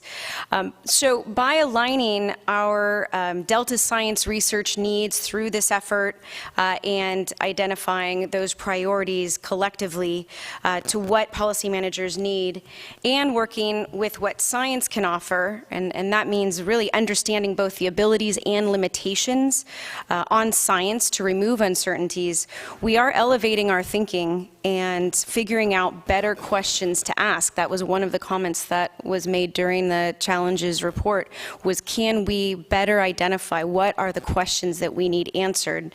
And so having science be focused on being able to answer those. So this is really informing us on how to do the right science and where to do it. So such as using the emergency drought barrier in a manner beyond its original scope. So that's a perfect example of the way this collaborative effort is trying to apply to existing work. So as implementation of the high-impact science actions continues and communications continue on aligning priorities, we're fostering increased coordination around funding, which is a much-needed outcome of this effort. So to even implement, of course, comes funding. So through the science program and the work of your agencies on the science work group, discussions around finding available funds to support this effort has been ongoing. So the continuation of this work, or this loop that we have here starting essentially with alignment of needs and priorities and establishing a collective understanding of Delta-wide science required, which really are the first two that we're doing right now. We're hoping to lead this all into more of a coordinated long-term budget planning. This is the longer-term strategy of what all of these conversations are about. And of course, the science that comes from all of this and those reports will help with integrating the results of that research into decisions and actions. So it's truly taking science actions and being able to really apply in the intent in which they were intended. So again, the continuation of this work loop, that's one of the values of government sustaining itself, is that we keep going back and need to keep that communication going. But what we are aiming for, of course, is laying the groundwork for a new normal, which really people have been defining the drought as the new normal. Well, also this level of collaborative work where it's supporting and enhancing existing efforts, that really is part of becoming the new normal. It's something that we are responding to, which was identified by this group. So really, from our perspective and the work group's perspective, to really sum this up quickly, what we've heard is that the work group is very valuable, and it does build on those existing collaborative efforts. It shows that we do have the ability and the capacity to do decision-relevant science. And three, really the work doesn't end here. So we appreciate kind of the foresight that you had to direct us to do this, because we really have been able to implement quickly. We know we're able to do that now. So we just want to look for more opportunities where we can keep this momentum moving forward. To give a general overview, of course, more on One Delta One Science, I'll hand this back to Cliff to give us kind of conclusory remarks. Thank you. Actually, this will be very short, and it's a request to this committee. And that is that this work group has done some, I think, remarkable things in a very short period of time. We have two very clear products that are going to be emerging here in the next month or two. We're going to know what kind of science is going to be supported through the Fellows Program, and we're going to have information on the California Department of Fish and Wildlife's competitive grants program and what kind of science that will be funded through their effort. I think what I would like to ask the committee is to keep your senior scientists or your science program managers engaged in this committee, because I think the thing that we should do when these two competitions are concluded is do a careful evaluation of what is being supported, evaluate areas that were not getting as much support as we had hoped, and actually come back to the committee in 6 months and give you an assessment of where we are, and also talk, I think, strategically about how to get support for some of the areas that maybe are not yet getting support. And so that's my request to you, is that you try to keep that level of engagement in the work group. Okay, you've heard the request, and we're not a voting body, so we're going to depend on comments and nodding of heads. Mike Chakowski, on behalf of USGS, you've been at the table. Any comments that you'd like to offer firsthand and what you've observed in support of Cliff's request? Sure. First, I'd like to compliment Taryn and Reiner and the program staff who've been managing those meetings, because I think they've been very effective in providing a forum where people can get together and share their opinions in a non-threatening and inclusive sort of a way. It's interesting that some of the issues that have risen to the top in the process that Taryn and Reiner just described are also rising to the top in the Interagency Ecological Program priorities exercise. Going forward, I would suggest one of the things we should be looking at is making sure that we're considering all of these different sources of prioritization, and doing what we can to make sure that the resources are allocated appropriately. At some point, there may need to be some reckoning, in the way that resources are being used to make sure that we really are covering the topics that the folks around this table and the IEP directors would like to cover. apart from that, I think this has been a good process. It's something that has provided quite a bit of internal information to us at USGS. As most of you know, we have a lot of people who are working in the Bay Delta, actually also in the coastal ocean and the watersheds that are upstream of the Bay Delta. And we've been working internally to integrate our planning process because we do have some limited appropriated resources that we can bring to bear on Bay Delta issues. And we are working to align our planning for FY17 particularly and beyond so that we're capturing some of the outcomes of the prioritization that's occurring here and is occurring within the IEP. So I think this process has been very helpful, and it's one that we certainly support and hope that others do as well. Good. Yeah, I think it's amazing the speed and the efficiency that this group has distilled down a number of important issues to the high-impact near-term science actions, and evidenced by Fish and Wildlife's decision to include the high-impact science topics in their Prop 1 solicitation. I just want to acknowledge Reiner's pause during his presentation. That's a big deal. That's evidence that there is respect and appreciation for the work that this group has done. Mary? Mr. Chairman, I just wanted to add that collaboration equals cost effectiveness and greater government efficiency, which is something we all should be striving for and hopefully successful with. And an example that we know at the Delta Stewardship Council and those of us within the local Delta communities is the area-wide management. It's a long title, bear with me. Area-wide management of aquatic weeds in the Sacramento-San Joaquin River Delta for sustainable control in farming areas, critical wildlife habitats, recreational zones, and water conveyance systems important for California agriculture and human health. Aquatic weeds are one of them, terrestrial, both invasive species, aquatic and terrestrial. But USDA through this effort and NASA and the Division of Boating and Waterways under California State Parks and local Delta communities have come together and tried to break down some of the governmental silos, reach out, have cross-communication, cross-collaboration, identification of funding resources in order to attack the issue. And I dare say there's been some early success, but one that must continue and grow for all of our interests. Again, whether you're a water exporter from the Delta or you're an in-Delta water user, these invasive species really have a negative effect on all of us. So I would just use that as an example for how breaking down the silos and creating greater efficiency and collaboration can actually create greater benefits. Again, something we all should be striving for. Thank you. Great, thanks. Any other comments on this matter, Campbell? A quick one. I have to say thank you very much. This is a great distillation. And I very much appreciate being in a room where clearly science is valued. But I do just want to have just a word of caution, something I think we need to think about in the circles that we've been running in lately, trying to begin to move money to planning and science.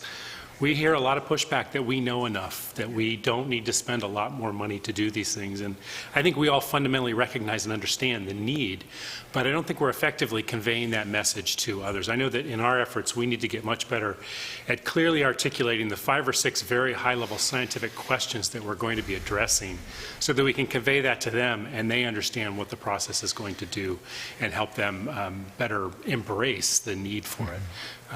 So, let's leave it at that.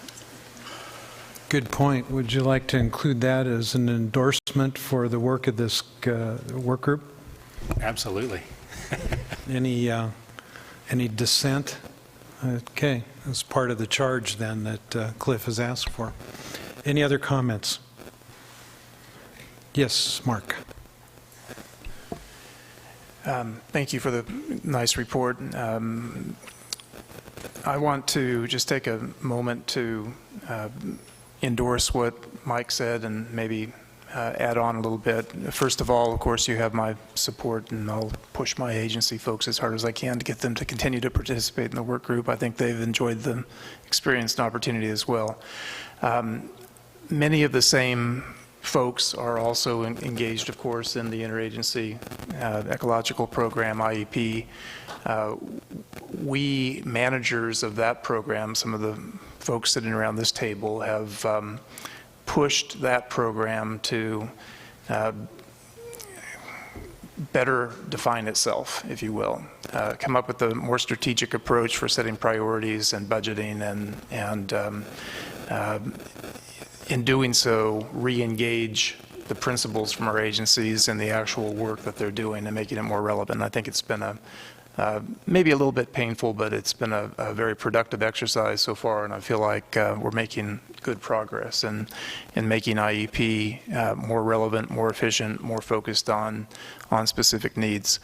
I absolutely think that we need a better description, if you will, of how these different efforts fit together, IEP, Delta Science Program, and let me add one more to the mix, of course. One of the things that I think is perhaps one of the most important accomplishments of some of the agencies around this table, the Collaborative Science and Adaptive Management Program, which was the outcome of our settlement of long ongoing litigation over biological opinions.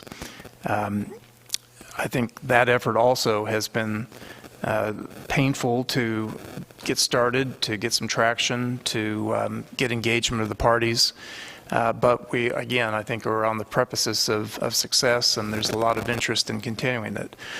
To get the efficiency we're looking for, I think all of those efforts need to be linked up in some way that we can all understand and describe to our constituents. And so that's a challenge that I've given to our IEP managers, and I'd like to give it to this group as well, to think about how all of those things fit together.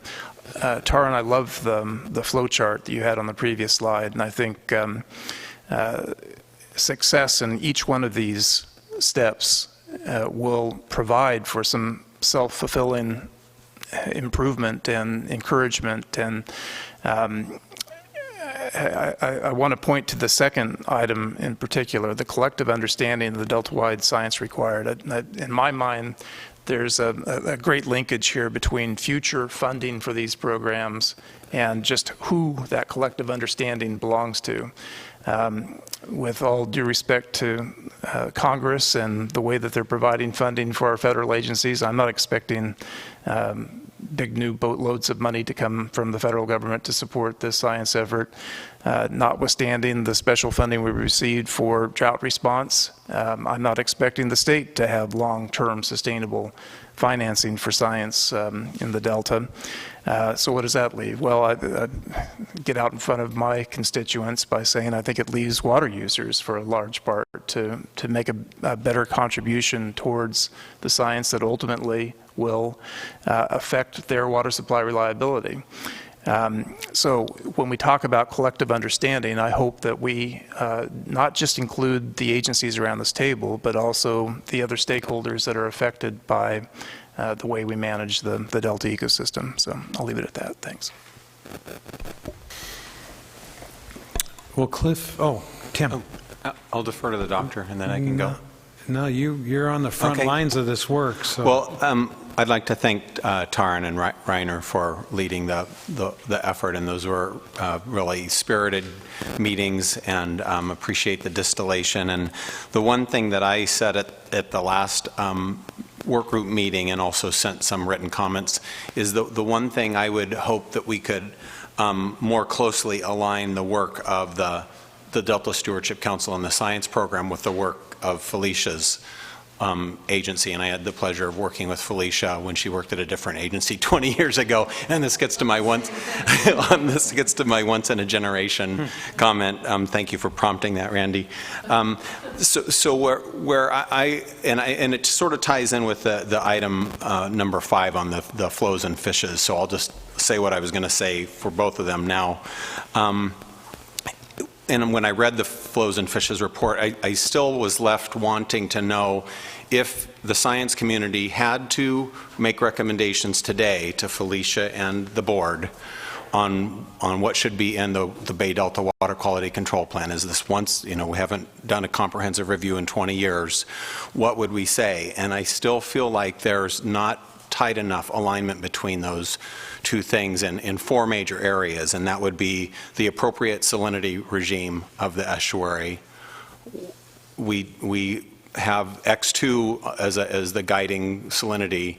The estuary is a different place 20 years later, and the science, there's so much more science, but maybe the problems are even more significant. But how do we manage the salinity, both for the beneficial uses of the fishes, but also for agriculture and drinking water for the state? And then what are the flip side of that? What are the appropriate delta outflows? So I'm still looking for that. How would we, what's the appropriate outflows? And in the Flows and Fishes report, there were some ideas of how to get to those appropriate outflows, but still, Ms. Marcus and company are going to be making decisions sooner than later on that. And the Phase 1 report's coming out soon, and then we have the scientific basis report for Phase 2 coming out after the first of the year. We need to gauge the scientific community now on what those outflows should be. And then temperature is a biggie, and we have under the good work that Taryn and Reiner talked about, we are going to have this life cycle model for winter run, and Maria's group was involved in sort of engineering that. But the concern I have is on Phase 1, we did a deep dive on how do we protect the temperatures for the winter run or the fall run on the lower San Joaquin River, and that was a real puzzle, which kind of brings me to my fourth item, and that's reservoir management. And that's where the work by the folks at UC Davis and Peter Moyle and Dr. Grantham, I think, is the main author on that paper, but trying to do a survey of all the reservoirs, not just the Bureau's reservoirs, DWR's reservoirs, but also the Corps of Engineers flood control reservoirs, and look at them as a network, and how do we optimize temperature for the cold water fishes while also protecting, again, the supplies for drinking water and for farming. So that's where, if the scientific community could galvanize around those 4 areas and offer something to the board to really delve into, I think that could be the greatest service of the scientific community. Cliff, you've heard an expression of support to continue and a continued endorsement for this work group, and you've also heard an expression of needs, management decision support needs. Do you need anything else? So the initial request that I made, I hear there's support, but I see 3 additional items at least from the discussion: science communication, pulling together these various science entities and looking at it more holistically, and some of these issues that have to do with temperature, salt, reservoir management. And so that would be quite a charge for the group, but I think we should tee it up and see how well they can do in the next 6 months. You changing your mind, Mike? I'm not changing my mind, Randy. Good. But I would like to suggest that Tim's suggestion be reframed a bit. I'm uncomfortable with the idea that the scientific community would be recommending policy to the management agencies. And there may very well be scientists who are working for the management agencies who feel comfortable in that role, but I think at USGS we don't have a management mandate, and we view the stewardship of the scientific process as being a pretty important issue that in some cases requires that the scientists step back from the role of recommending policy. Certainly for us, that's the case.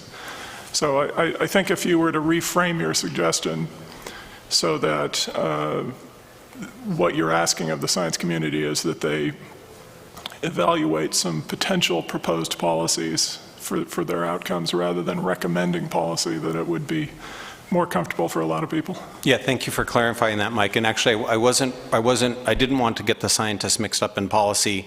I guess where I was going with that is their best professional judgment on the conditions on what is needed for the fishes.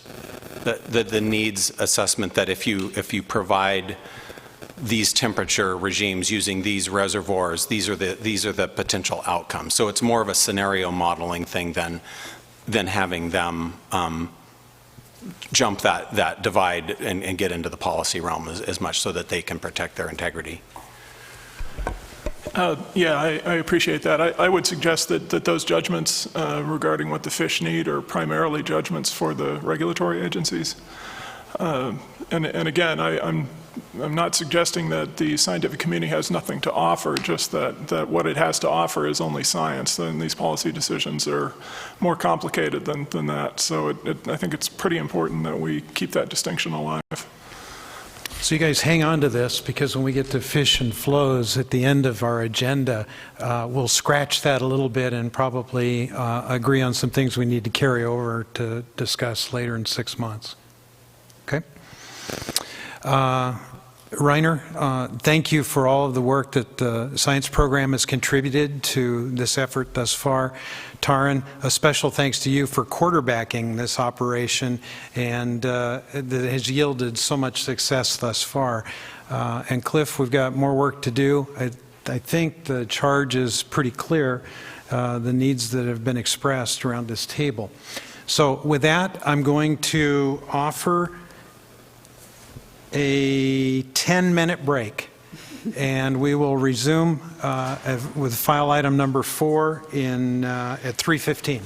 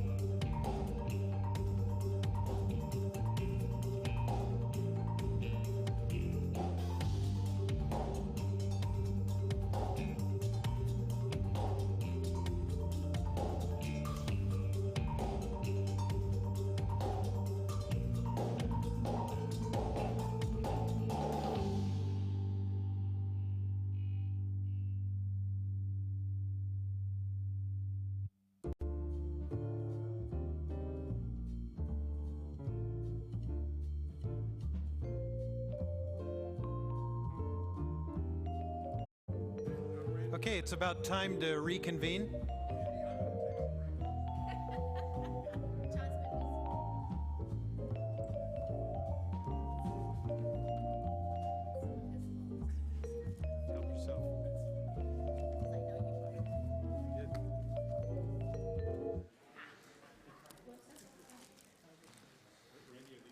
Do you think John will notice if they're all gone?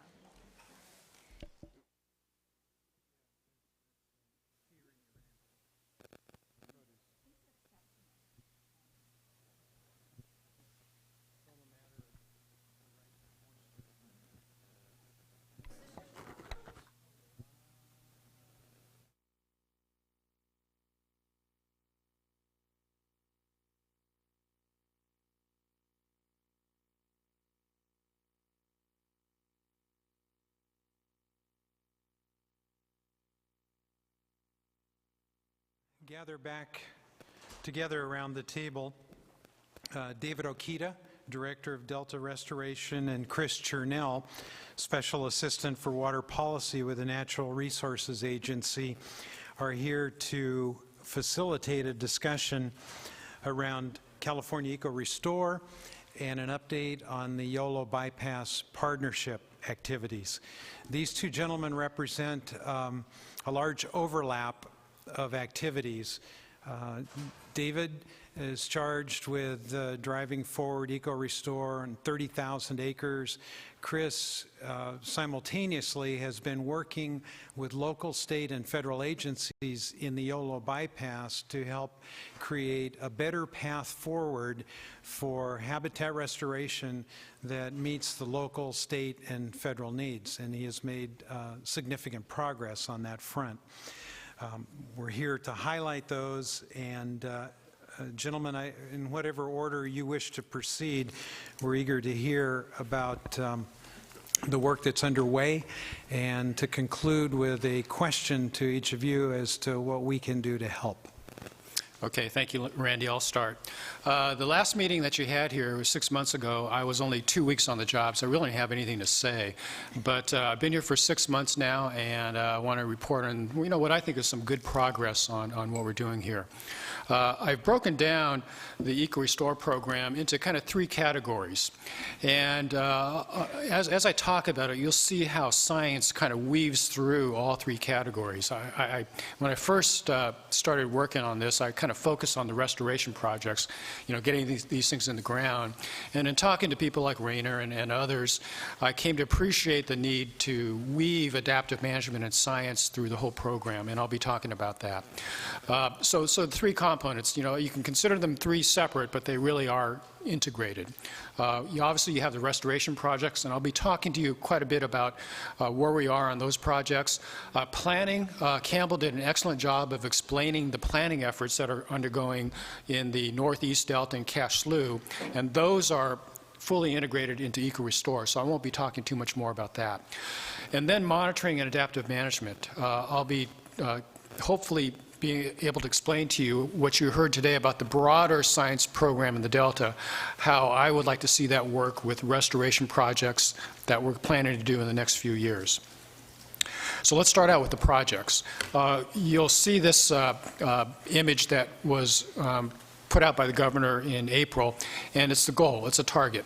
And as Chuck said, it is a floor. The state plans to do a lot more than this, but we plan to get this done in the next 2-3 years, or at least get started turning ground on projects. And I have another image a little bit later that I'll show you how we're going to track progress for these projects in the different categories. So I won't dwell on this one too long. The image to the right there is the same map. That's the other side of the flyer that contained the previous slide that was put out by the governor in April. It kind of shows you the projects that are being in consideration. And we've added a few to that list, and actually one is done. The one that Chuck mentioned before on Knights Landing outfall gates. So if you look on the left-hand part of that slide, you'll see the 2015 projects. The Knights Landing outfall gate is under construction and will be completed by the end of this month. There was a wetland restoration project on Sherman Island that was completed at the end of October. And then we look forward. 2016 and 2017, we hope to start a whole bunch of projects. In 2016, for sure, we plan to start the Wallace Weir project and Hill Slough, which is a project in the Suisun Marsh, a wetland restoration project. We're also trying to start a request for proposal process for tidal wetland projects. This is a new concept that we're trying to get through the state bureaucracy, which will allow us to put out a request for proposal for tidal wetland projects in the Suisun Marsh and Cache Slough, and allow the private sector, NGOs, other public agencies to propose projects that meet the requirements of the Delta Smelt biological opinion.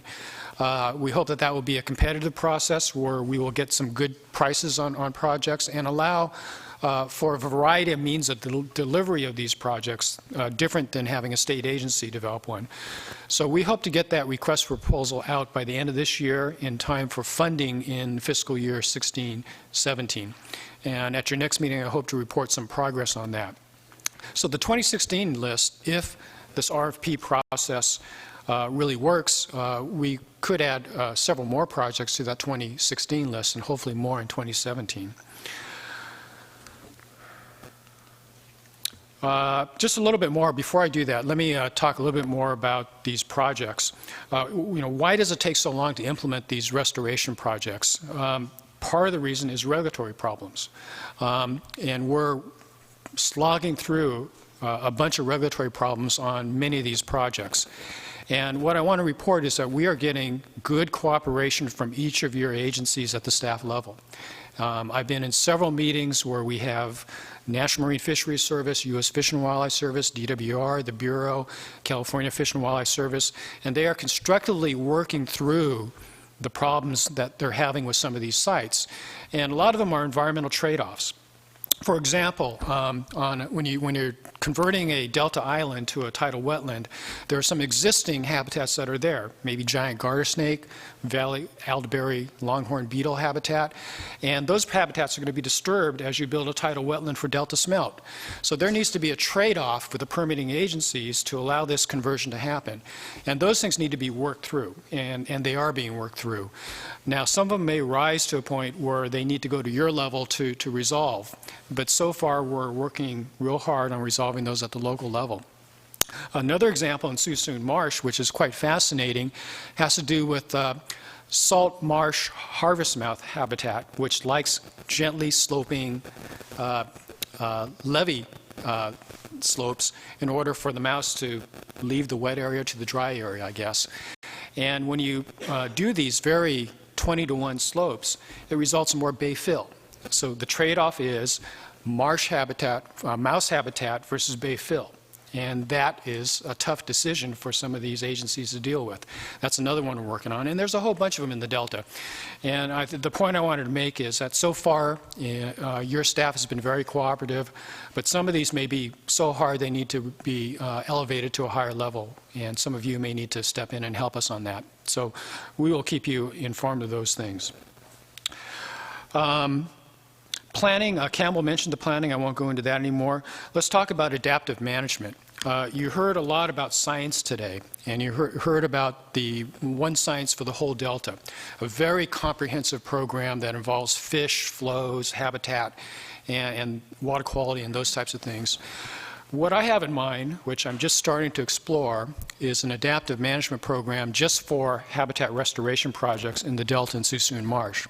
So it is a subset of the larger scope that you just heard about. I guess my feeling is that these projects are going to go in the ground, these restoration projects, in the next couple of years. And if you're going to do an adaptive management program, you need to start monitoring those programs and have an adaptive management program going.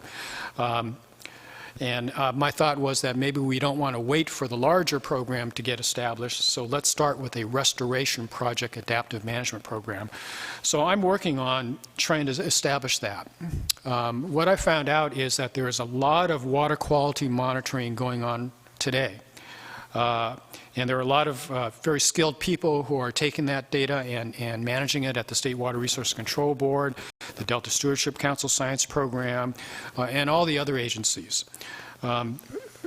For example, the wetland monitoring program that EPA helped set up with the state could be a foundation for how we manage the adaptive management program for restoration projects in the Delta. So the monitoring part of it is in pretty good shape. What I found was lacking was the process to take that data and to analyze it, to synthesize it, to integrate it, and result in a decision-making process. So that's what I'm working on now, is trying to figure out what is the institutional structure and the financing structure to do that integration and management of these decision-making processes. So I'll be working on that and be reporting to you at your next meeting. So the slide here shows the different parts of adaptive management. Everybody talks about adaptive management, and I've went to visit a lot of people who are involved in data management and adaptive management, and I asked them, why don't we have the type of adaptive management program that the Delta Science Program is recommending? And I didn't get a lot of good answers. But there are a lot of good people there. So part of my job is to get those people together and actually see if we can implement this program in a short time period. Financing is an important part of this, and you talked a lot about that today. Mark did mention that a lot of the projects in the Delta are biological opinion projects that are funded by the state and federal water contractors, and the biological opinions have a requirement that they do adaptive management. So we're going to be talking to the water contractors in DWR and the Bureau of Reclamation to define their role in helping fund an adaptive management program for these restoration projects. So that is at least one funding source that we have to start this program, and your discussion that you had earlier will be helpful in getting some of the other pieces together to get this thing going. This is the adaptive management wheel or cycle that everybody talks about in terms of an adaptive management program. This came from the Delta Science Plan itself. And you can see that planning is part of it, decision-making is part of it, and evaluation of data is another part of it. So those represent at least part of the three different components of EcoRestore. And again, the planning part of it is what Campbell's doing at the Conservancy. Getting back to the projects, here's a graph that shows progress on meeting the 30,000. And there are two ways to look at this, good news and bad news. Let me see. You can see that some of the numbers there are close to the goals that the governor put out for EcoRestore. And, but the bad news is the green is only planned projects. And these are projects that are conceptual projects or projects that are in the middle of permitting but not started construction yet. The blue is finished projects. And as you can see, the bad news is that there are hardly any finished projects done. We have another color, red, which is under construction, and because this is not the construction season, you don't see any of those right now. But we hope to have a lot more blue and red in 2016 and 2017 that will show you progress in meeting those goals. But I can tell you, you don't see on here, but we have some bars on our goal slide in our webpage, and it shows you how close we are to meeting the governor's goals. And if all the planned projects go through, we can pretty much meet the governor's goals for the next few years.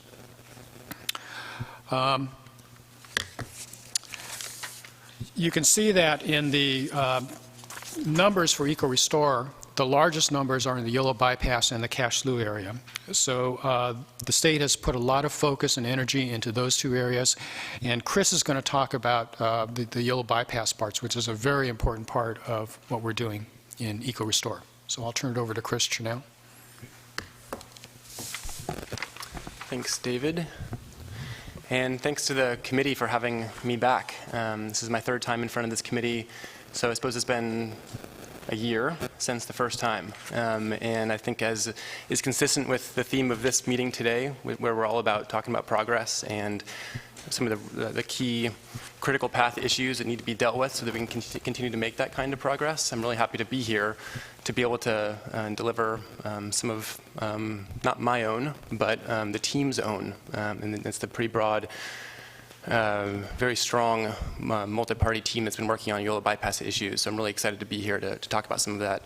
I also feel really lucky and maybe it's this project itself that should feel lucky if it itself was a sentient being, for having itself highlighted in front of this committee so regularly. Not that many projects get this much airtime, so my plan is to make as much use of that as possible. So like David mentioned,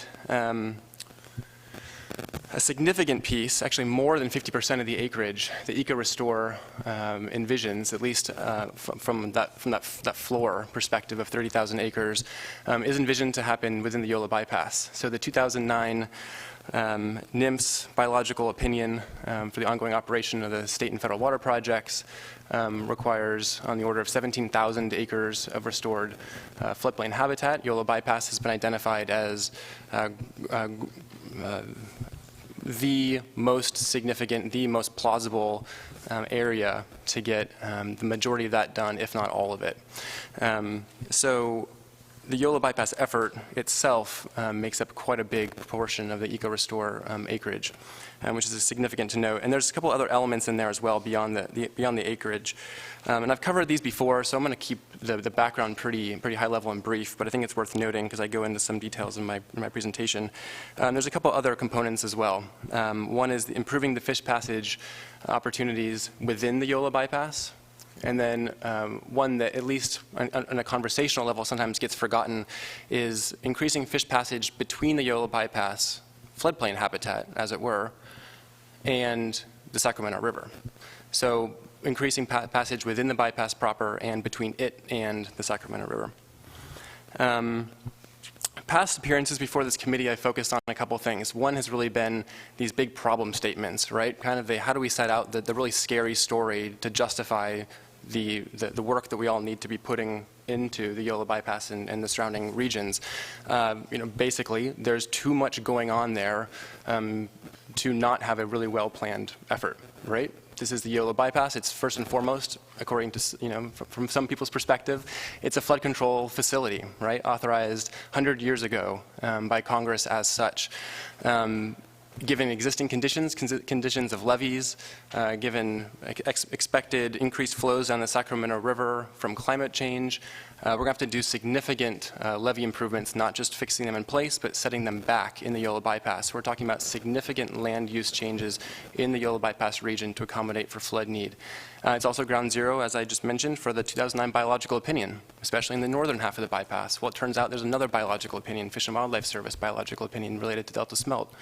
The southern bypass is a major focal area for those tidal restoration projects. It's also 2/3 in private ownership. The vast majority of that is in agriculture, hugely important to the Solano County economy, Yolo County economy, the regional economy, et cetera, and on and on. So lots of problem statements I've discussed before. And then a basic conversation about conceptual solutions to these, right? I will admit to some degree a bit of arm waving about what are some of the big picture opportunities here, where if we really just step outside of our comfort zones collectively, how could we really achieve progress in this really contentious and historically fractured landscape. Things like the creation of a Yola bypass partnership, which I'm here today to say that I'm happy rather to announce that the Yola bypass partnership has actually been convened once back in early September. I'll get into that a little bit. And I believe there was broad agreement to continue working in that forum. Again, I'll get to that in a second. Also, this idea of maybe using the CEQA-NEPA process as a forcing function, if you will, to improve the integration of flood project planning and biological opinion restoration planning. So some of these ideas have been raised before, but really, again, in this problem statement and conceptual opportunities type discussion. So today what I want to do is briefly run down through 3 of the 4 boxes that you see here below, or in the bottom half of the bottom half of the page here, what are some of the wins that we've achieved so far, or at least what's the progress specifically that we've achieved towards those wins collectively? And really want to emphasize that word collectively. You know, it's the theme of today is what can we all do together, and what have we all done together? And you know, one thing I'm learning very clearly about progress in the Yola bypass, and I think by proxy everywhere in the Delta, if not even beyond that, is not only are these questions not either or, right? Is this person going to win versus this person? But it's a recognition that there is actually no way for anybody to win unless everybody does to a certain extent. And that has been a realization that has just been, in some ways, a pleasure to come to because it really helps set a pretty clear course for how to actually go about doing this work. So, with all of that, this slide, a very simplified slide, obviously, a basic timeline going down the page of the two major efforts, at least. You know, there's a lot more going on in the bypass, certainly, but the two major efforts that my work is focused on, and it's really this integration and alignment between what we're doing to implement the NIMS 2009 biological opinion, again, fish passage, 17,000 acres of floodplain restoration, and these major flood system improvement projects that need to be done. I didn't mention this before, but essentially increasing the area of the bypass, if you will, along the order of between 10 and 15% through levee setbacks and strengthenings and whatnot to be able to deal with that increased conveyance need. So today I have one slide on three of these four boxes here. One is these early implementation fish passage projects. Where are we at with those? What do we need? And I'm going to be actually using that opportunity to do what I actually thought Ms. Marcus's request was at the last DPIIC meeting, and maybe I understood it a little bit differently, but that was really a direct call for what could your agencies do specifically to help advance some of this work and beyond. So I will point out a couple areas that I see as being ripe there. Then talk about the floodplain restoration effort under the BIOP and some good collaborative work that we've been doing there to better align local, state, federal agency interests. And on the flood system side, I'm not going to tackle the long-term major system improvements today. That's a whole another issue that deserves its own time. And I would actually suggest that this committee maybe spend some time on these long-term flood issues in the near term, especially those that the Corps is working on in collaboration with DWR. But I will spend some time on some near-term major flood system improvements, really getting at okay, so BIOP is moving along at a good clip. So what about flood? What can we do in the near term before we make all these long-term decisions on what needs to be done in the bypass from a flood perspective? That's a longer conversation. What do we actually know there's alignment on now, given available funding, that we can move forward? So I'm going to talk a little bit about that as well. And actually, maybe what I'll quickly say on this before I move on is that the Yola Bypass Partnership did actually convene on September 2nd of this year for the first time, and there's another meeting set up for early February of 2016. The partnership is made up of local agencies, including Yolo County, Solano County, SAFCA, the area flood control agency from the Sacramento side.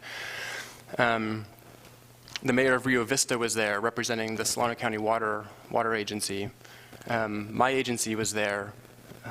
Chuck's agency or department was there, Fish and Wildlife from the state, Department of Water Resources was represented, the Flood Board was represented, Army Corps of Engineers, National Marine Fisheries Service, and Bureau of Reclamation all got in a room and said, essentially, yes, it makes sense for us at this high level, executive level, to meet maybe not all that frequently, because it is not just a scheduling issue, but we want to make the best use out of convenings like that.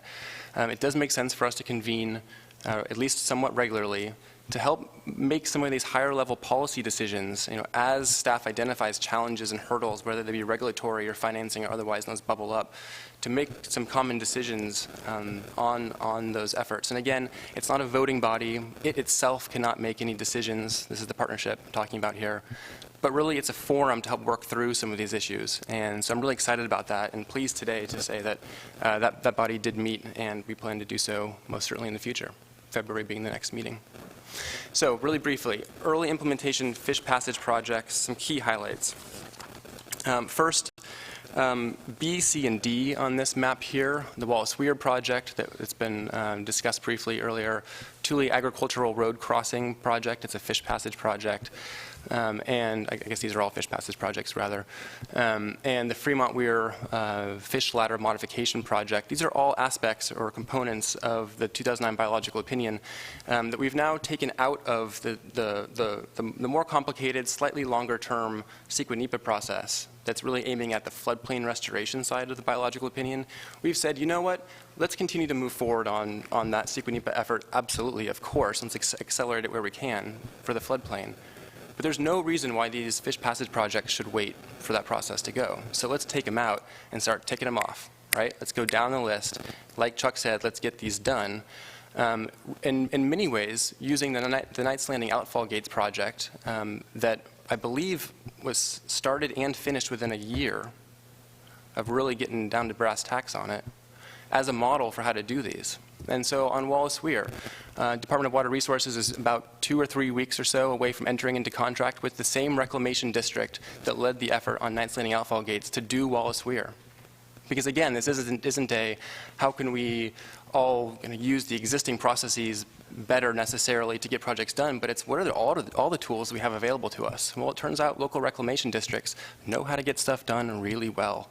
So they're going to be taking the lead on Wallace Weir project with an anticipated groundbreaking, but also hopefully completion in 2016. That's a pretty darn fast timeline. And so maybe I'll just take this quick opportunity to say this is an example where, again, if we look at how the Knights Landing Outfall Gates project worked so quickly, it's because a lot of these agencies up here went above and beyond, whether it was from a regulatory perspective or from a lead agency perspective, to push staff, make things happen, however that worked out, to really get permits and financing and projects, and that particular project on the ground in essentially lightning speed. So looking to the Knights Landing Outfall Gates project as a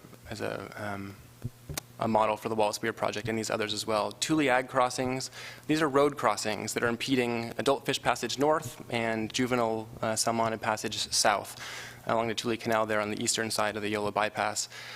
We've already formed informal alliances with local agencies, landowners, where they're actually some of them are starting to actually take the lead on some of the initial design for this project, about 10 or 20% design, whatever that means.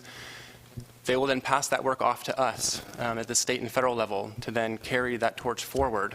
But at least from the beginnings, the basis of this design work will be something that we know it works for the local agricultural community and the landowners in that region. So again, another example of working with local, federal, and state partners. Planned groundbreaking and again, hopefully completion. I think we could do that in 2017. Again, pretty ambitious, but with the work of this committee and others, I think certainly possible. And then the biggie in this group would be the modifications to the existing Fremont Weir fish ladder. Right now, there is a fish ladder in the Fremont Weir. It's about 4 feet wide, 6 or 8 feet deep, and it's essentially ecologically defunct from everything that I've been told about it. So the idea here is to, and this is consistent with the biological opinion, to modify that existing fish ladder so that it's wider, deeper, so that it touches more of the flood curve to allow for mostly adult salmonids and sturgeon to make their way from the bypass into the Sacramento River.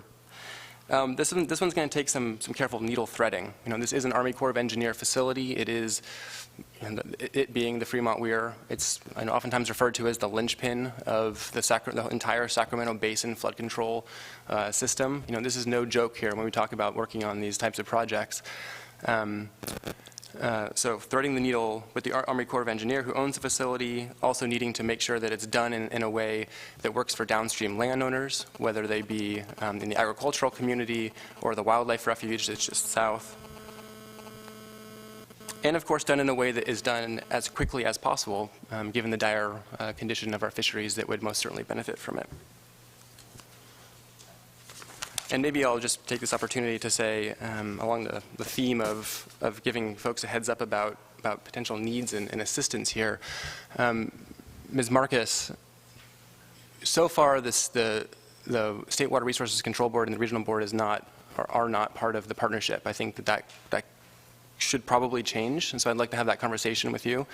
And also, just a heads up on this particular project, that there's a potential for water quality issues, potentially even related to mercury, and potentially water rights issues that could come about when we start pulling, albeit a small amount, but a bit more water off of the Sacramento River for the purposes of this fish passage project. That's something that we're going to want to address early, often, and continuously, and so I definitely want to start that dialogue with you. That perked a lot of attention around the table. I debated whether to bring it up or not, but I think that the other thing I'm learning is to err on the side of forthrightness, and not that I wouldn't otherwise, I suppose I should say, but that's a lesson that has very selective uses. Well, I hope that I've selected wisely today. So you have okay. selected wisely, but it's always good to consult early. Indeed. So on the floodplain restoration aspect, again, the 17,000 acres of the biological opinion, just have another single slide on this.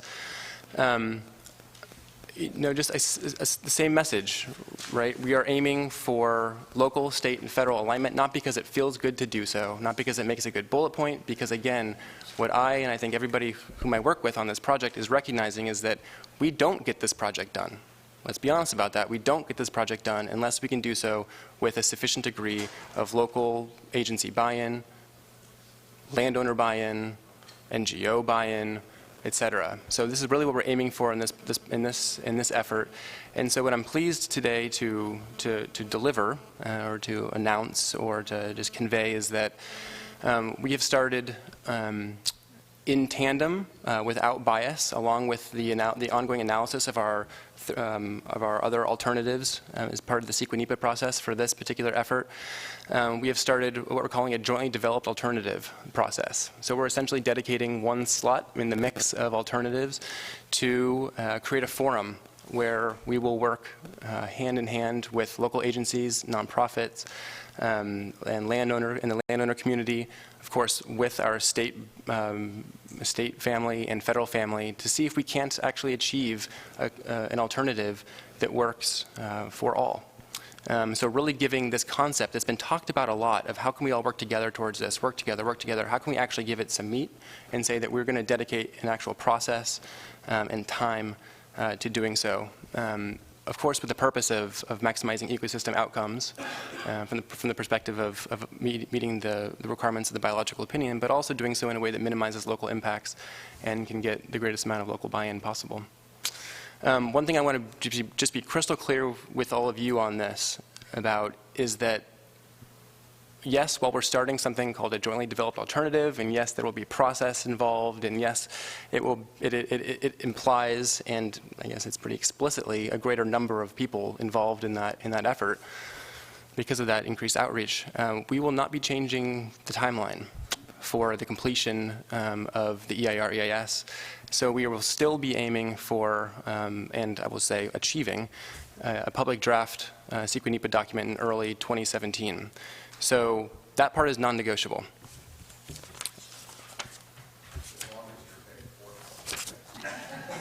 On that, I'm being forthright as well.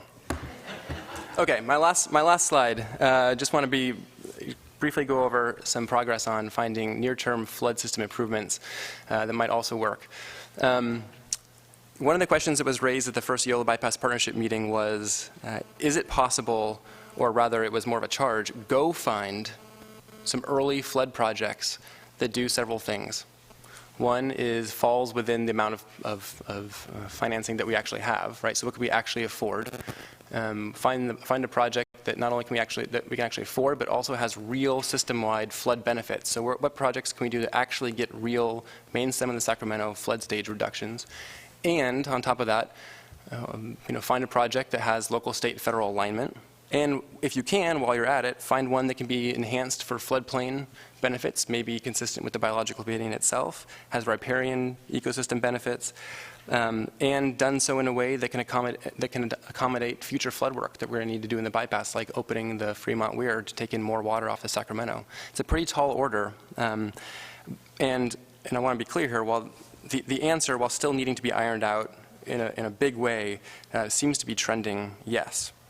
To be clear, there's not yet formal alignment on the project. I would even hesitate to say that there's informal alignment on this project, but I will say that the stars seem to be aligning on this one, and it's my intention to focus, I'll circle it here, it's my intention to focus a significant piece of the Yola Bypass Partnership agenda in early February on really running this question to ground. Is this project that's circled here, the setback of what's called the lower Elkhorn levee and the adjacent expansion of the Sacramento bypass, is this the project that makes sense? Does it fall within budget?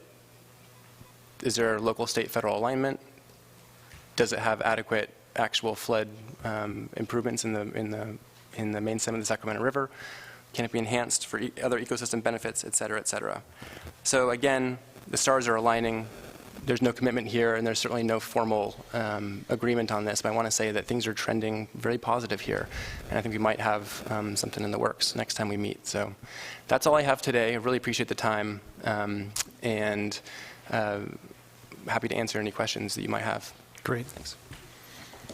Thanks, David. Chris, you may recall when the Brown administration announced EcoRestore, DPIIC was mentioned as a venue for regular check-ins and progress reports, and so you've just experienced your first one. Any comments from committee members? And John, the Army Corps was mentioned. To be fair, John has been in the San Francisco district office, I think, 5 days, having just arrived from Albuquerque. So we won't put you on the spot unless you wish to engage in this conversation. Well, I don't feel like I'm on the spot. It's a project I'm not familiar with right now, but just from a philosophical standpoint, obviously, we're trying to be a little bit broader, and I think as an agency in our thinking on, especially on the benefits determination, when you look at some of these projects, I think the Corps historically, when you look at just agricultural sort of benefits associated with a benefit cost ratio on a project, I think we really need to start looking more at what affects the water supply and how we're affecting the water supply to allow for things like saltwater intrusion and land subsidence and other things that perhaps we could put a better value on to help justify more projects. So, you know, I'm interested in obviously looking there. I think we're also, and just since I hadn't pushed my button today, I'll I'll go ahead and talk a little bit more about the Corps of Engineer interests and whatnot. But P2 and P3 opportunities, I think, are really relevant and something that we're looking at as an agency, looking at the flood control projects and the partnering that we've done in other areas of the country with the Bureau of Reclamation on water supply and looking at reservoir opportunities. Looking at sort of some reauthorizations to allow for deviations and those types of things are certainly going to be in play as we look at an overall solution. And I think some of the modeling that we've done in the upper Rio Grande and looking at that Uruguay model that we've done and work hand in hand with the Bureau of Reclamation is something that would fall into that science, better science issue that we could look here and how do we totally look at what we're trying to do. I think there's some issues obviously with groundwater management here, and I don't want to get into things that aren't within my my hat. I am a water manager from my prior job duties within the state, and have some pretty strong opinions on groundwater, surface water interaction, and how that can and could happen and should happen. But I guess getting back to the hat that I'm wearing now in the Corps of Engineers, I think there's some opportunities to partner with agencies, look at our collaborative issues, and look at authorizations that we all have as federal agencies, and try to come into this whole issue with a more comprehensive collaborative approach, and we're willing to do that. So I'm looking forward to working on those. So not an answer on the YOLO project, but I will get up to speed on that and see where we can go. Well, it's an expression of willingness to work together, so that's why we're here, and we appreciate it. Welcome. Randy? Yeah. Chris, on the east Elkhorn part, the joint, what do you call it, the joint developed alternative? Is that? It's on. You just need to bring it up. Okay. There you go. Yeah. It's on. On the East Elkhorn area, that is consistent with the latest GRR that the Corps has done. That is my understanding. Is that right? The Corps is very much just in preliminary phases on working on its Sacramento River Flood Control Project GRR process. That's a longer-term thing. So the idea here is to help identify, and again, I hesitated even showing that particular slide because it is very preliminary, but the idea is, given the Corps' planning process that DWR is very much engaged in, and so are a bunch of other agencies, some of those represented here, given that that's not going to be done for a while, where can we anticipate they're going with that and move maybe more quickly on some near-term, but yet significant flood projects in the YOLO bypass to help support that effort and to complement it? So I think we're a long way away from seeing the output of that GRR process. It's the general reevaluation report process. It's how, as far as I understand it, the Corps gets federal authorization to pursue projects. So we're a ways out from that. So this exercise is where is there alignment, where's there funding, and where's there potential to move forward with near-term projects in anticipation of that work being done. So we're in the process of trying to convince them this would be kind of a no regrets project as we move forward. Is that what we're doing here?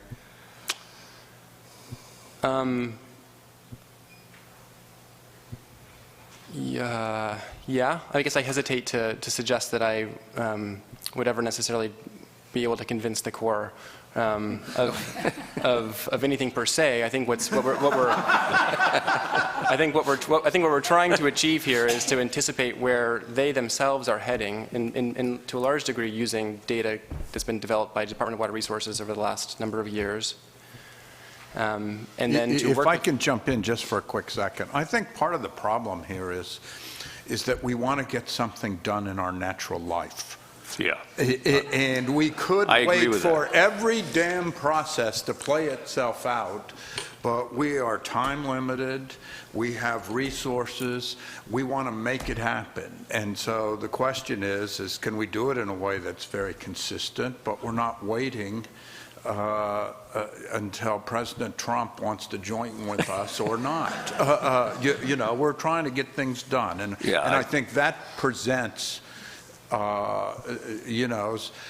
difficulty in answering your question, because the real answer is we want to be consistent with where we think everybody will end up, but we want to move in a timely fashion to get it done. Right. That's been the posture of this administration, and I absolutely agree with that. And what Chris has pointed out, not only with his early term projects, the night landing, outfall, all these other projects, that we're moving as fast as we can, is to make sure that we're on board with the Corps, because, well, you're the regulator in that regard, so, and it's your facility.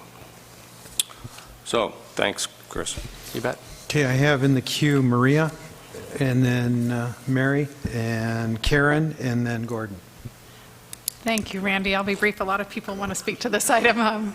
So I mostly just want to say thank you to both of you. As a federal person who's watched lots of efforts to do restoration in the Delta for many years, I really see the commitment of the state to lead these efforts. So thank you to all the state counterparts here. It's really significant.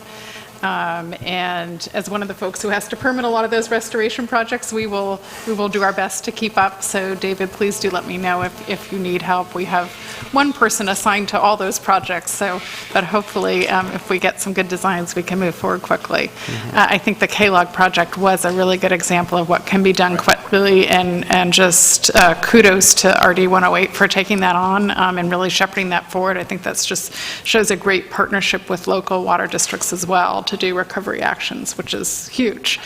On the Yolo bypass, Chris, thank you for pulling the partnership together. That's been really important. I continue to have conversations with my counterparts at the Corps and also with the state counterparts on how best to move forward. I certainly recognize that when we wrote the restoration project for floodplain into the 2009 biological opinion, implementing that would be a long-term effort and not be something that could just be mandated, and it would have to take tremendous partnerships evolving. So really appreciate the leadership in pulling that together. As you've said, it is also a great opportunity for demonstrating science and adaptive management, and I'm really encouraged by what both of you are saying about including monitoring as part of the restoration projects. And just quickly on that, one of the things I've observed over time, and this is something we've done, so I'll just put this on myself, is we require monitoring on a lot of our projects. We tend to be pretty good at requiring physical monitoring and metrics and follow-up. We've been less good at requiring biological monitoring. And so without that, we're not able to conclude at the end of the day if the fish actually utilize the habitat we're creating. And so that's an area where I would just like to see continued focus. The Corps actually has done some really good work on this with respect to some of the vegetated levee redesigns that have been done, and I've seen some really encouraging tagged fish studies that actually show the fish are using the habitat. So the more that can be built into some of what's being required, I think that will ultimately be very helpful in terms of closing the loop and making sure that what we're investing in is doing what we think it will. So I'll stop there. Excellent. Mary, and then Karen, and then Gordon.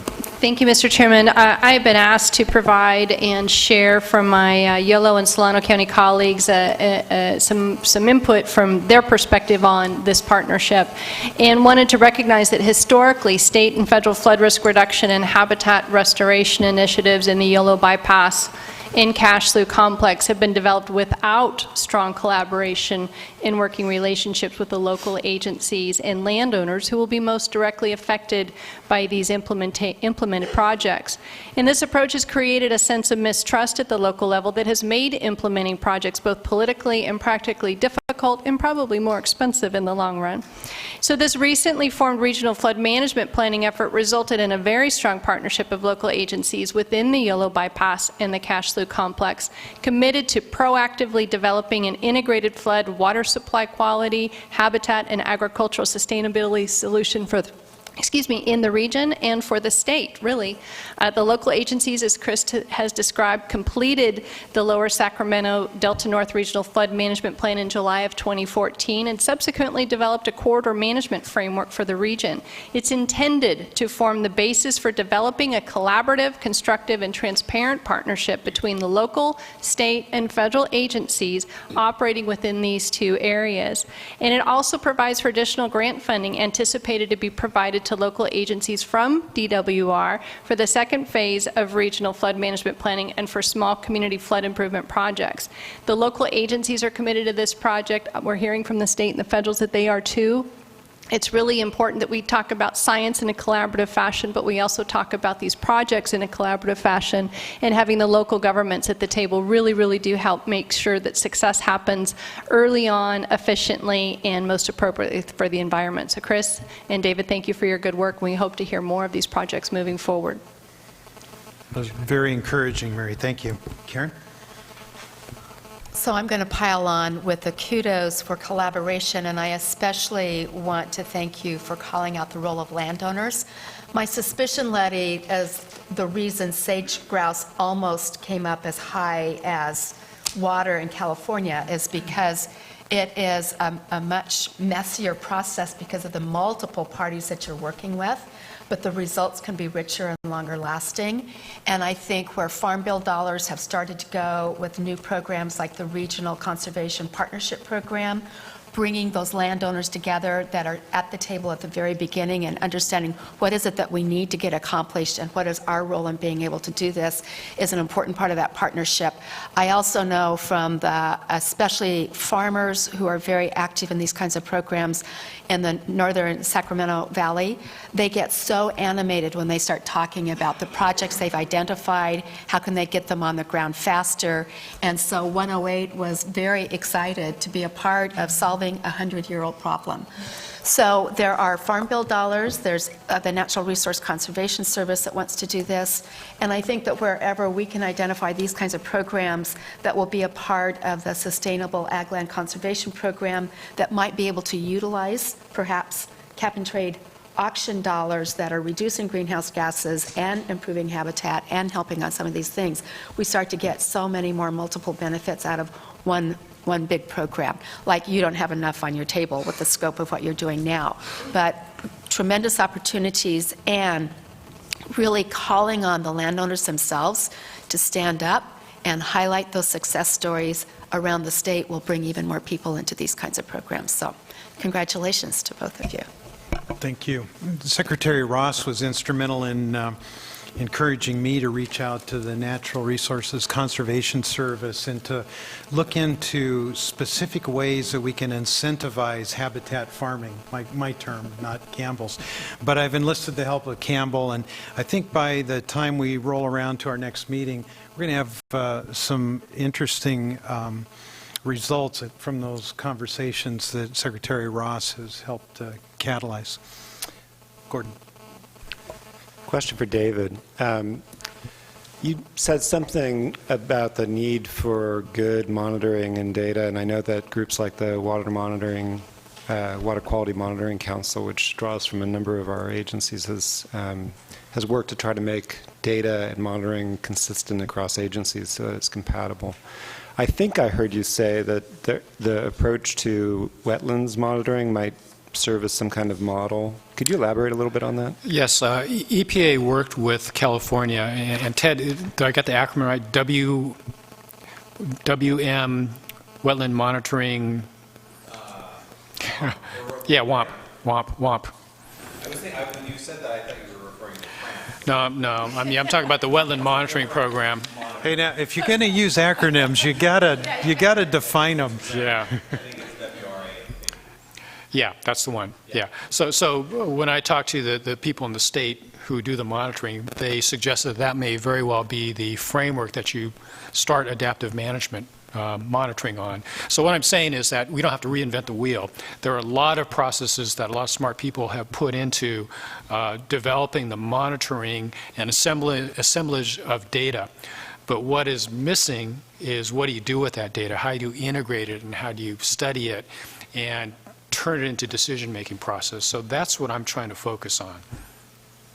Could I just one sidebar on that? And this is where Campbell's work at the Delta Conservancy has been so important, because there's this Northeast Delta landscape restoration framework, and that has some of what Mr. O'Keefe is talking about, and was one of the comments I had about using historical ecology and wetlands design, and also building methyl mercury remediation into the design of the wetlands. But in terms of monitoring and mapping and data sharing, Campbell's group was so good at articulating that, and I think you've been and EcoRestore was part of that whole effort. So there is good monitoring. It's just about how to harness it. So.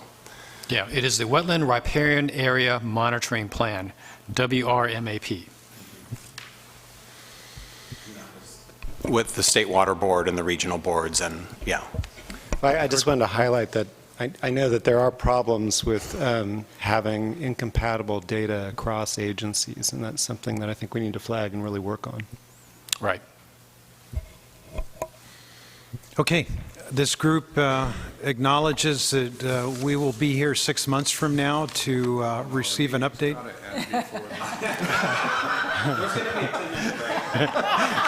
Hey, and this is the guy I brought Ammons for. Yeah, and you have put everyone on notice here that you may need some help occasionally to move things along, and so we stand at the ready to help in any way that we can. Thank you both very much, and this concludes the file item number 4. Is there any public comment requests? Okay, then we'll move expeditiously on to the final item, item 5, Delta Independent Science Board Flows and Fishes in the Delta, and I'll call on Dr. Cliff Dahm to introduce our guest presenter. All right, thank you.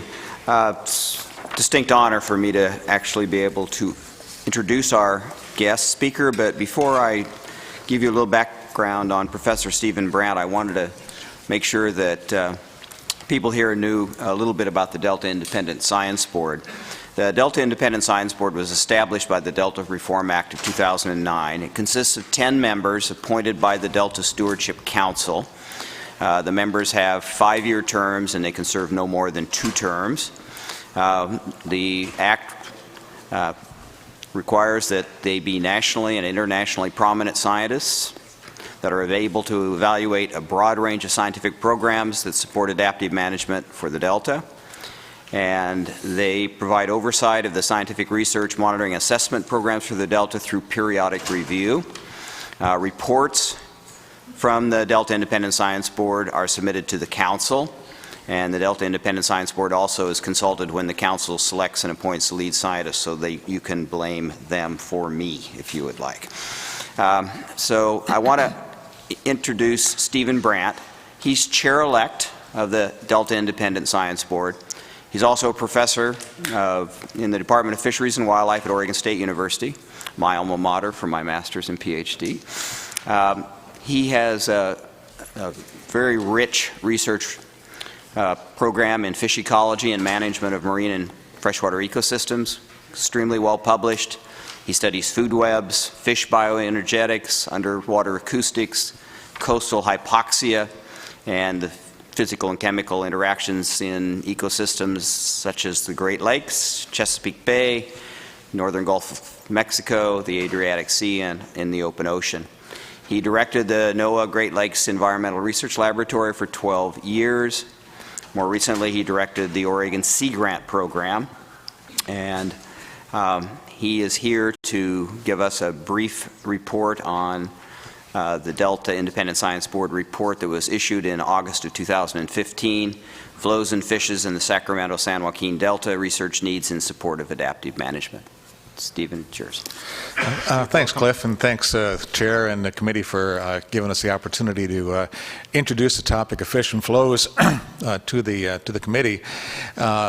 As Cliff said, the Delta Independent Science Board has a legislative responsibility to review science programs in the Delta, and we've chosen to do that through looking at various themes. We've completed a report on restoration. We've just completed a report on fish and flows, and our next report, which has been drafted, will be on adaptive management. Today, I'm just going to introduce our fish and flows report, which has just recently been completed, to generate a discussion, perhaps down the road, a discussion either within your agencies or across the agencies, or even perhaps more in-depth at the next DPIIC meeting in terms of the topic. It is, as you know, fish and flows is a very big topic. Our purpose for these reviews and this particular review is to identify sort of the strategic science needs in order to improve our understanding, improve our scientific collaboration on this topic, and perhaps make the science a little bit more relevant to management needs. So our goal is to look at the science and recommend what really needs to be done in order to improve the science. This dealing with fish and flows is really a comprehensive topic. In many respects, it does relate specifically to the coequal goals of water supply and ecosystem health, because fish are often viewed as an indicator of ecosystem health. So that makes both our job in reviewing this topic and looking at the science need very important and relevant to has policy implications, but also it makes it very challenging. I guess we were lucky enough in that, given the nature of this topic, there's been a lot of work done on it. There's been a lot of scientific publications, been a lot of workshops, both on interior flows and as well as outflows. There's been two National Research Council's reports. All of those have recommendations in terms of science needs in those. That was good for us in the sense that our work's been done. It was challenging because then what can we do to add to that? And so we sort of took a broad view and said, let's look at this in a context of sort of a delta-wide, one science, one delta kind of a context. Our overall process was took about 18 months. We started out by interviewing a number of members of some of your agencies, as well as some stakeholders and academics, and said, what do you think are the big issues, and where should we be focusing our review? We then did the review, which took a lot of scientific reading the literature, attending these various other workshops. We also had an open public comment period on our report, which did change our report somewhat, and then we put the report out. The general findings are ones you might expect, and one is that that this is not a simple topic, that the impact of flows on fish needs to be looked at from both its direct impact and maybe as importantly or more importantly its indirect impact by flows affecting those things which affect fish. There are clearly many agencies involved in this. There's a lot of science that's been done. A lot of the science is really statistical or correlation in nature, which does suggest clearly that flows in fish, in particular species of fish, do have some interconnection. I think we're all aware of that. Kind of what you might summarize as our overarching recommendation regarding science is that we really need to have a better understanding of the underlying mechanisms of how flows affect fishes. And the more we can understand what the mechanisms are, the better off we'll be in terms of adaptive management, because we'll be in a better position to clarify uncertainty, clarify risk. We'll be able to get better and more specific expectations of outcomes. When a management decision is made, what would be the specific expectation of an outcome relative to the fish? And also it helped to strengthen and help test hypotheses. The better we can understand the mechanisms. Now, we've come up with 9 specific recommendations, and I really won't go into these hardly at all, because this is just, my purpose here is just to introduce those. The first one is to focus on cause and effect. You should, by the way, have a revised 2-pager that summarizes these. To focus on cause and effect, really to understand the mechanisms of drivers of how flows affect both the indirect and the direct aspects that then affect fishes. The second one is to expand on an integrative science approach. Given the fact that this is clearly both biological and physical and everything in between, you really need an integrative, in all senses of that word, integrative across agencies as well as across disciplines. A more specific recommendation is to try and link hydrodynamic and fish models, link 3D hydrodynamic and fish models in order to get the ability to assess how a particular change or a general change in flows might affect those fishes. And we suggest the first step in this context might be having a modeling summit to actually get physical hydrodynamics people in the same room as fish people and have them discuss what might be the appropriate time scales, space scales, what are the appropriate parameters that need to be looked at in order to answer these questions. One might even consider a development of a joint working group on this, because this may take more than one specific summit and discussions. And let me give you just a little bit of sidebar context of what we're talking about. Remember, I'm a fish guy.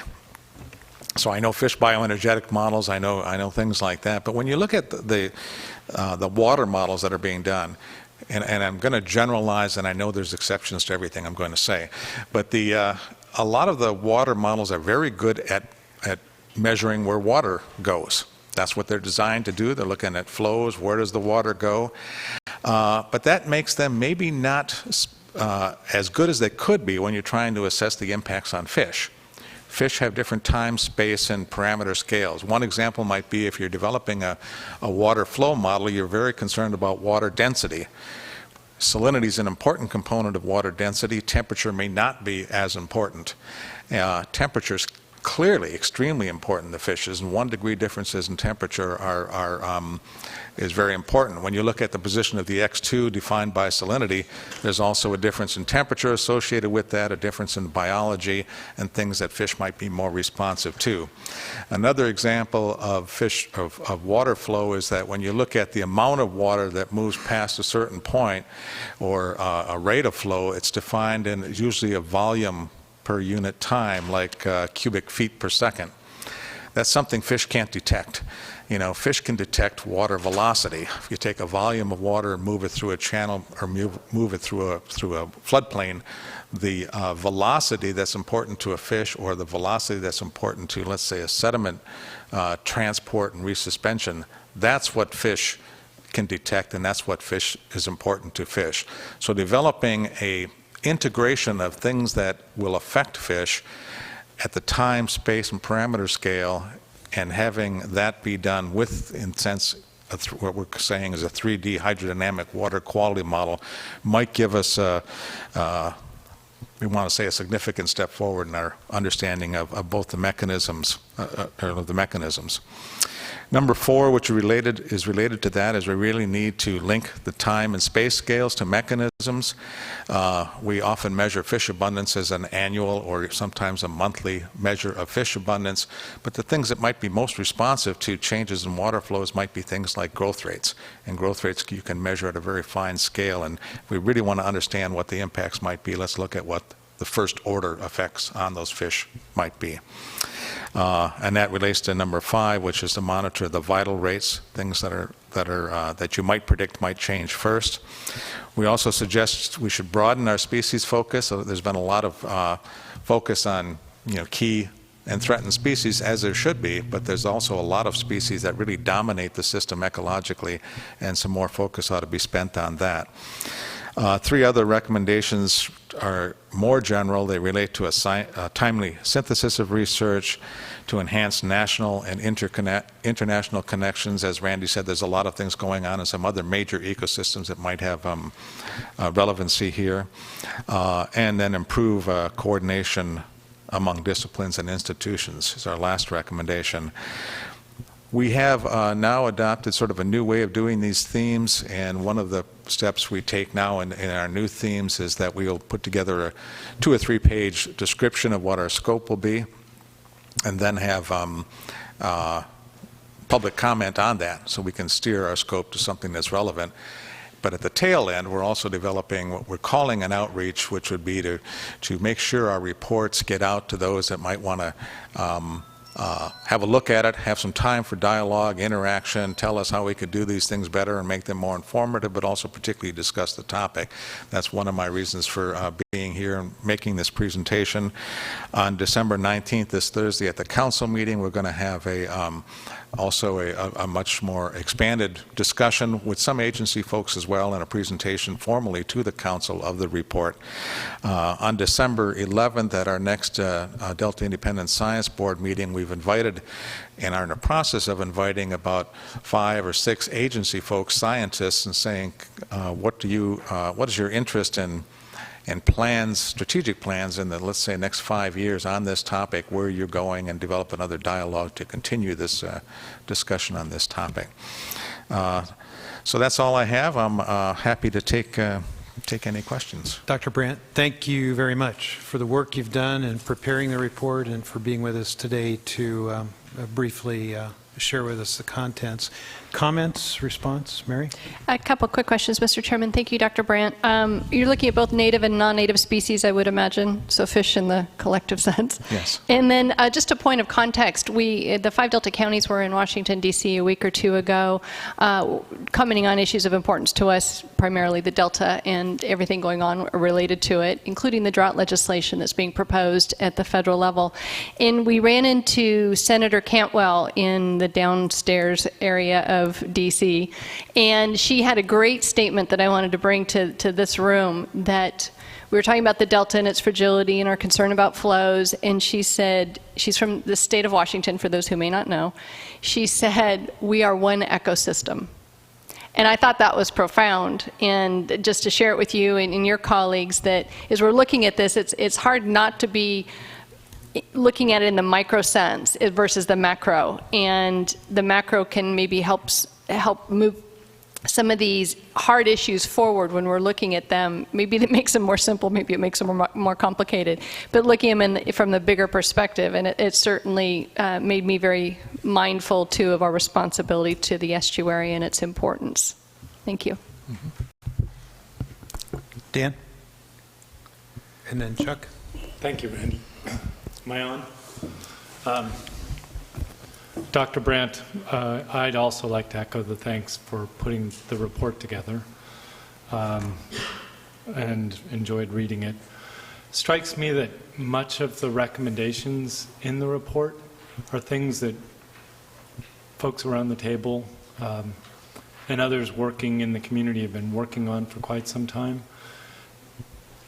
Do you see kind of a timeline where some of these concepts are likely to come to fruition? The linking quantitative fish models with 3D models, one example, or we have for some time been collecting information on vital rates in fishes, but we've struggled with making that mechanistic connection. From your experience elsewhere, where do you see these kinds of things coming to fruition in a system like this? I'll just give you, well, let me ramble a bit. In the Chesapeake Bay, which I'm very familiar with, there was a lot of effort to develop a 3D water model and then a 3D hydrodynamic water quality model. And we tried to then link it to a fish. And we eventually did it through a decoupled system, take the data out from here and put it into the fish. And it was because the scales were quite different. They had 23 parameters coming out every 6 minutes, and they had temperature at 1.2 degree intervals for some density argument. That makes it much more difficult to do that. I know there's been some very successful stuff done like that in the Delta right now, where we're taking some of those model outputs and looking at smelt, for example, and making predictions of temperature and putting them in the salmon models.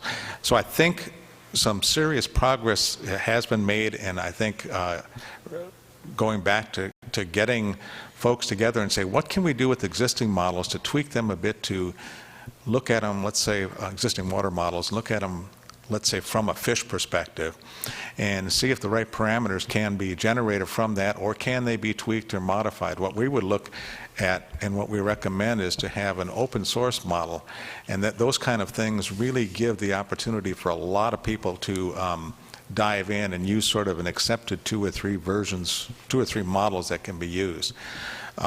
This has been done in the fish world. In the fish world, fish bioenergetics is pretty standard. It's very mass balanced. What they eat, they either grow or goes to waste or use.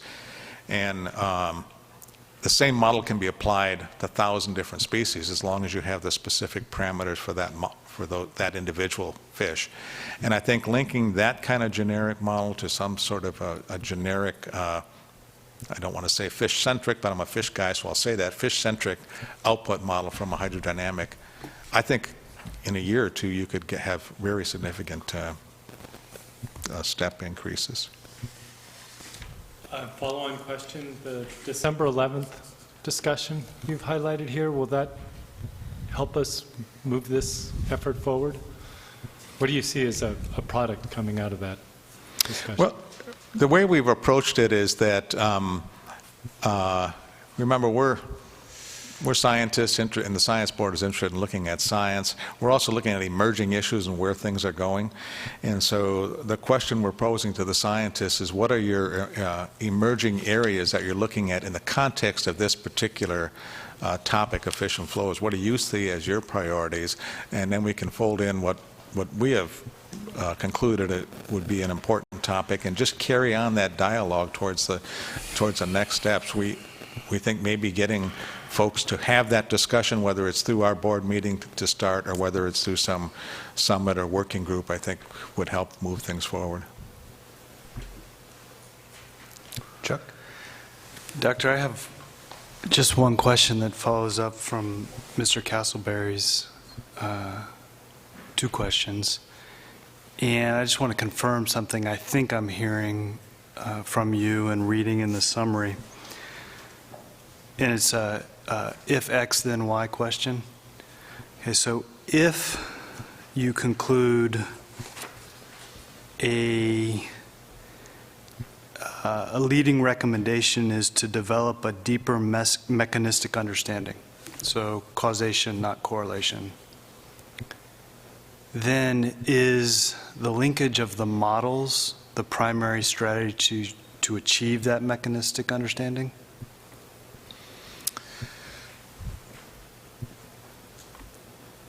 Well, it's certainly one of the mechanisms. Okay. I wouldn't know that it's the key mechanisms. I think it's a matter that the models can help generate good information on where the data gaps are, but can also help test hypotheses. Okay. You know, I think it is a major step forward because you need to put the mechanisms into some sort of context, and putting that flow, we have it in that simple diagram in our 2-page or in a more complex diagram where we see that flow can affect an individual species in a number of different ways. And without having an idea what the relative contribution with those might be, there's a lot of data out there, and developing a model might allow one to test some of those different pathways and find out which ones may or may not have any validity or have lesser validity than the other ones. And then that can help to define where more intense monitoring needs to be done or where more specific science needs to be done.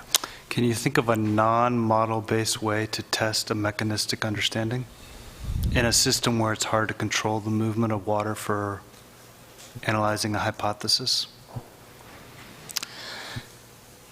Wow. Well, there's a lot of field studies. I mean, if you look at flow's impact on movement, the actual flow itself in terms of passive transport or active migrations and so forth, there's clearly experiments that are underway and can be done in terms of acoustic tagging or possibly some active acoustics and stuff like that to see whether or not those flows are actually changing movements of that particular species. And that's an experiment that is probably more simpler to do. You can also just look at things related to temperature and growth, but linking it to models is probably one of the fundamental ways to try and understand the underlying mechanisms that's driving it. Okay, thank you. Anyone else? Yes. Mike and then Mark. Yes, yeah, Steve, I also want to say thank you. This was a good read.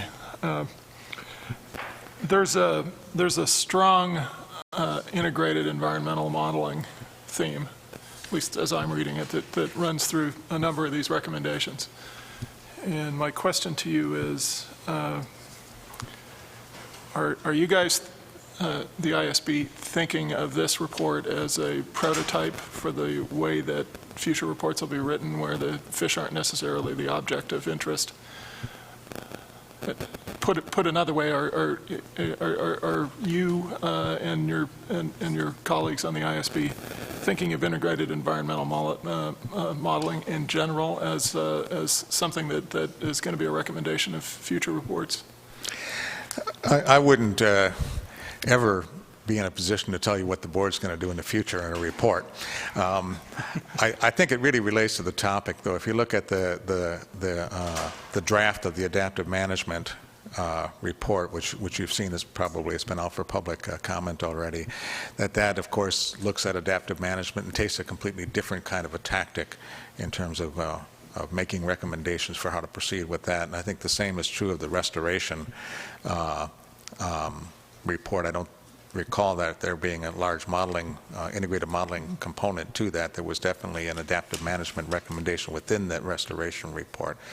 So no, I think it's a matter of looking at the topic and reviewing the science and coming up with the best judgment on what we think is the next step forward.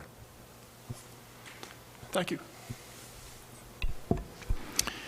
Thank you, Dr. Brandt, for your working presentation today.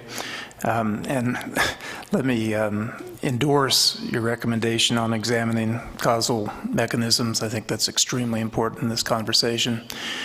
And I hope there's a day soon when a director of water resources won't feel compelled to make this statement. But I have to say that I think the title of the report is a bit off-putting.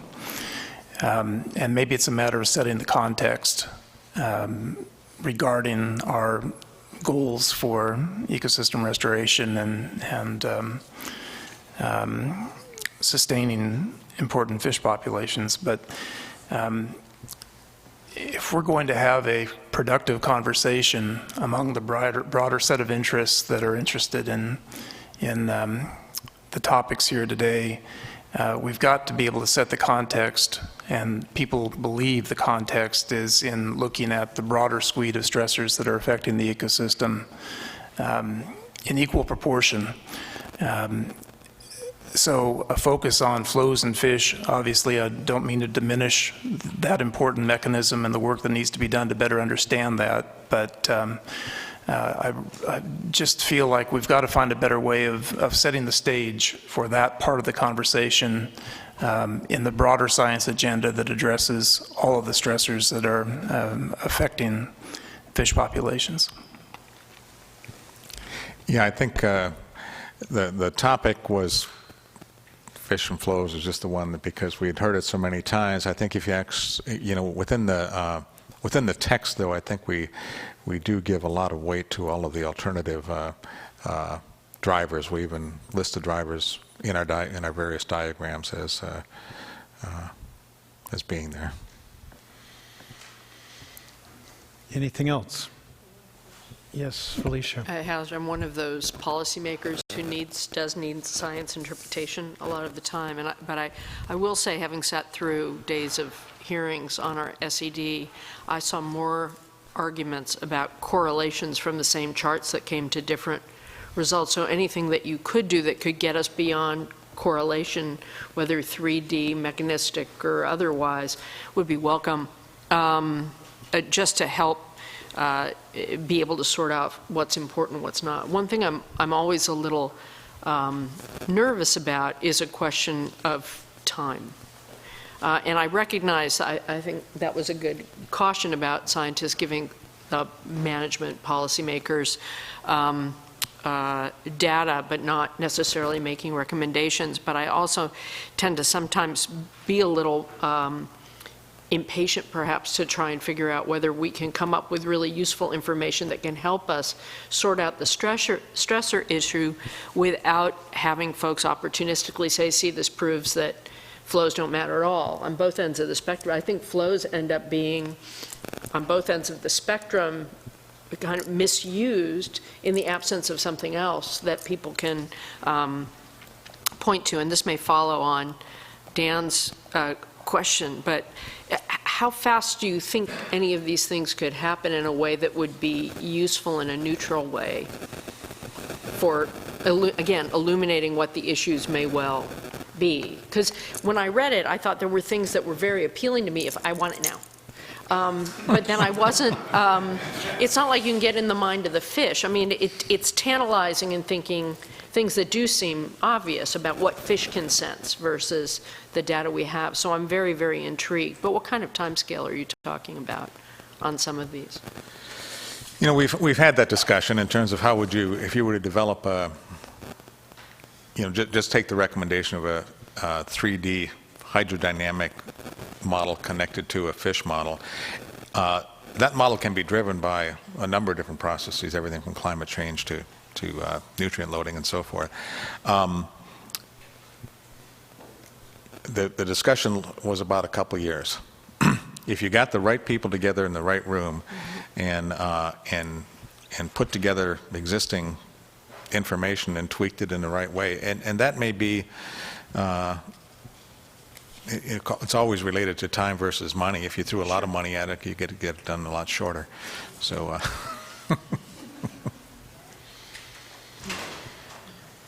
More to come. Okay. Yes. Dr. Brandt, thank you very much. You're going to be busy presenting to other groups and venues, and we'll be determining how we want to reset this for 6 months from now. That's the final agenda item. Are there any public comment requests? Great. Then I want to offer my thanks to each of you, committee members, and to the staff that you have provided in facilitating work towards this meeting. A special thanks to our Delta Science Program, our Delta Stewardship Council staff. I want to acknowledge the work of Jessica O'Connor and Pat Rogers at the staff table over here, and all the work that they have done on a daily basis leading up to this. And finally, a special thanks to Taryn Ravizini, our implementation coordinator. You have all become friends with her and familiar with her. She has done a marvelous job coordinating and outreaching, and that brings this meeting to an end. We are now adjourned. Thank you. Thank you.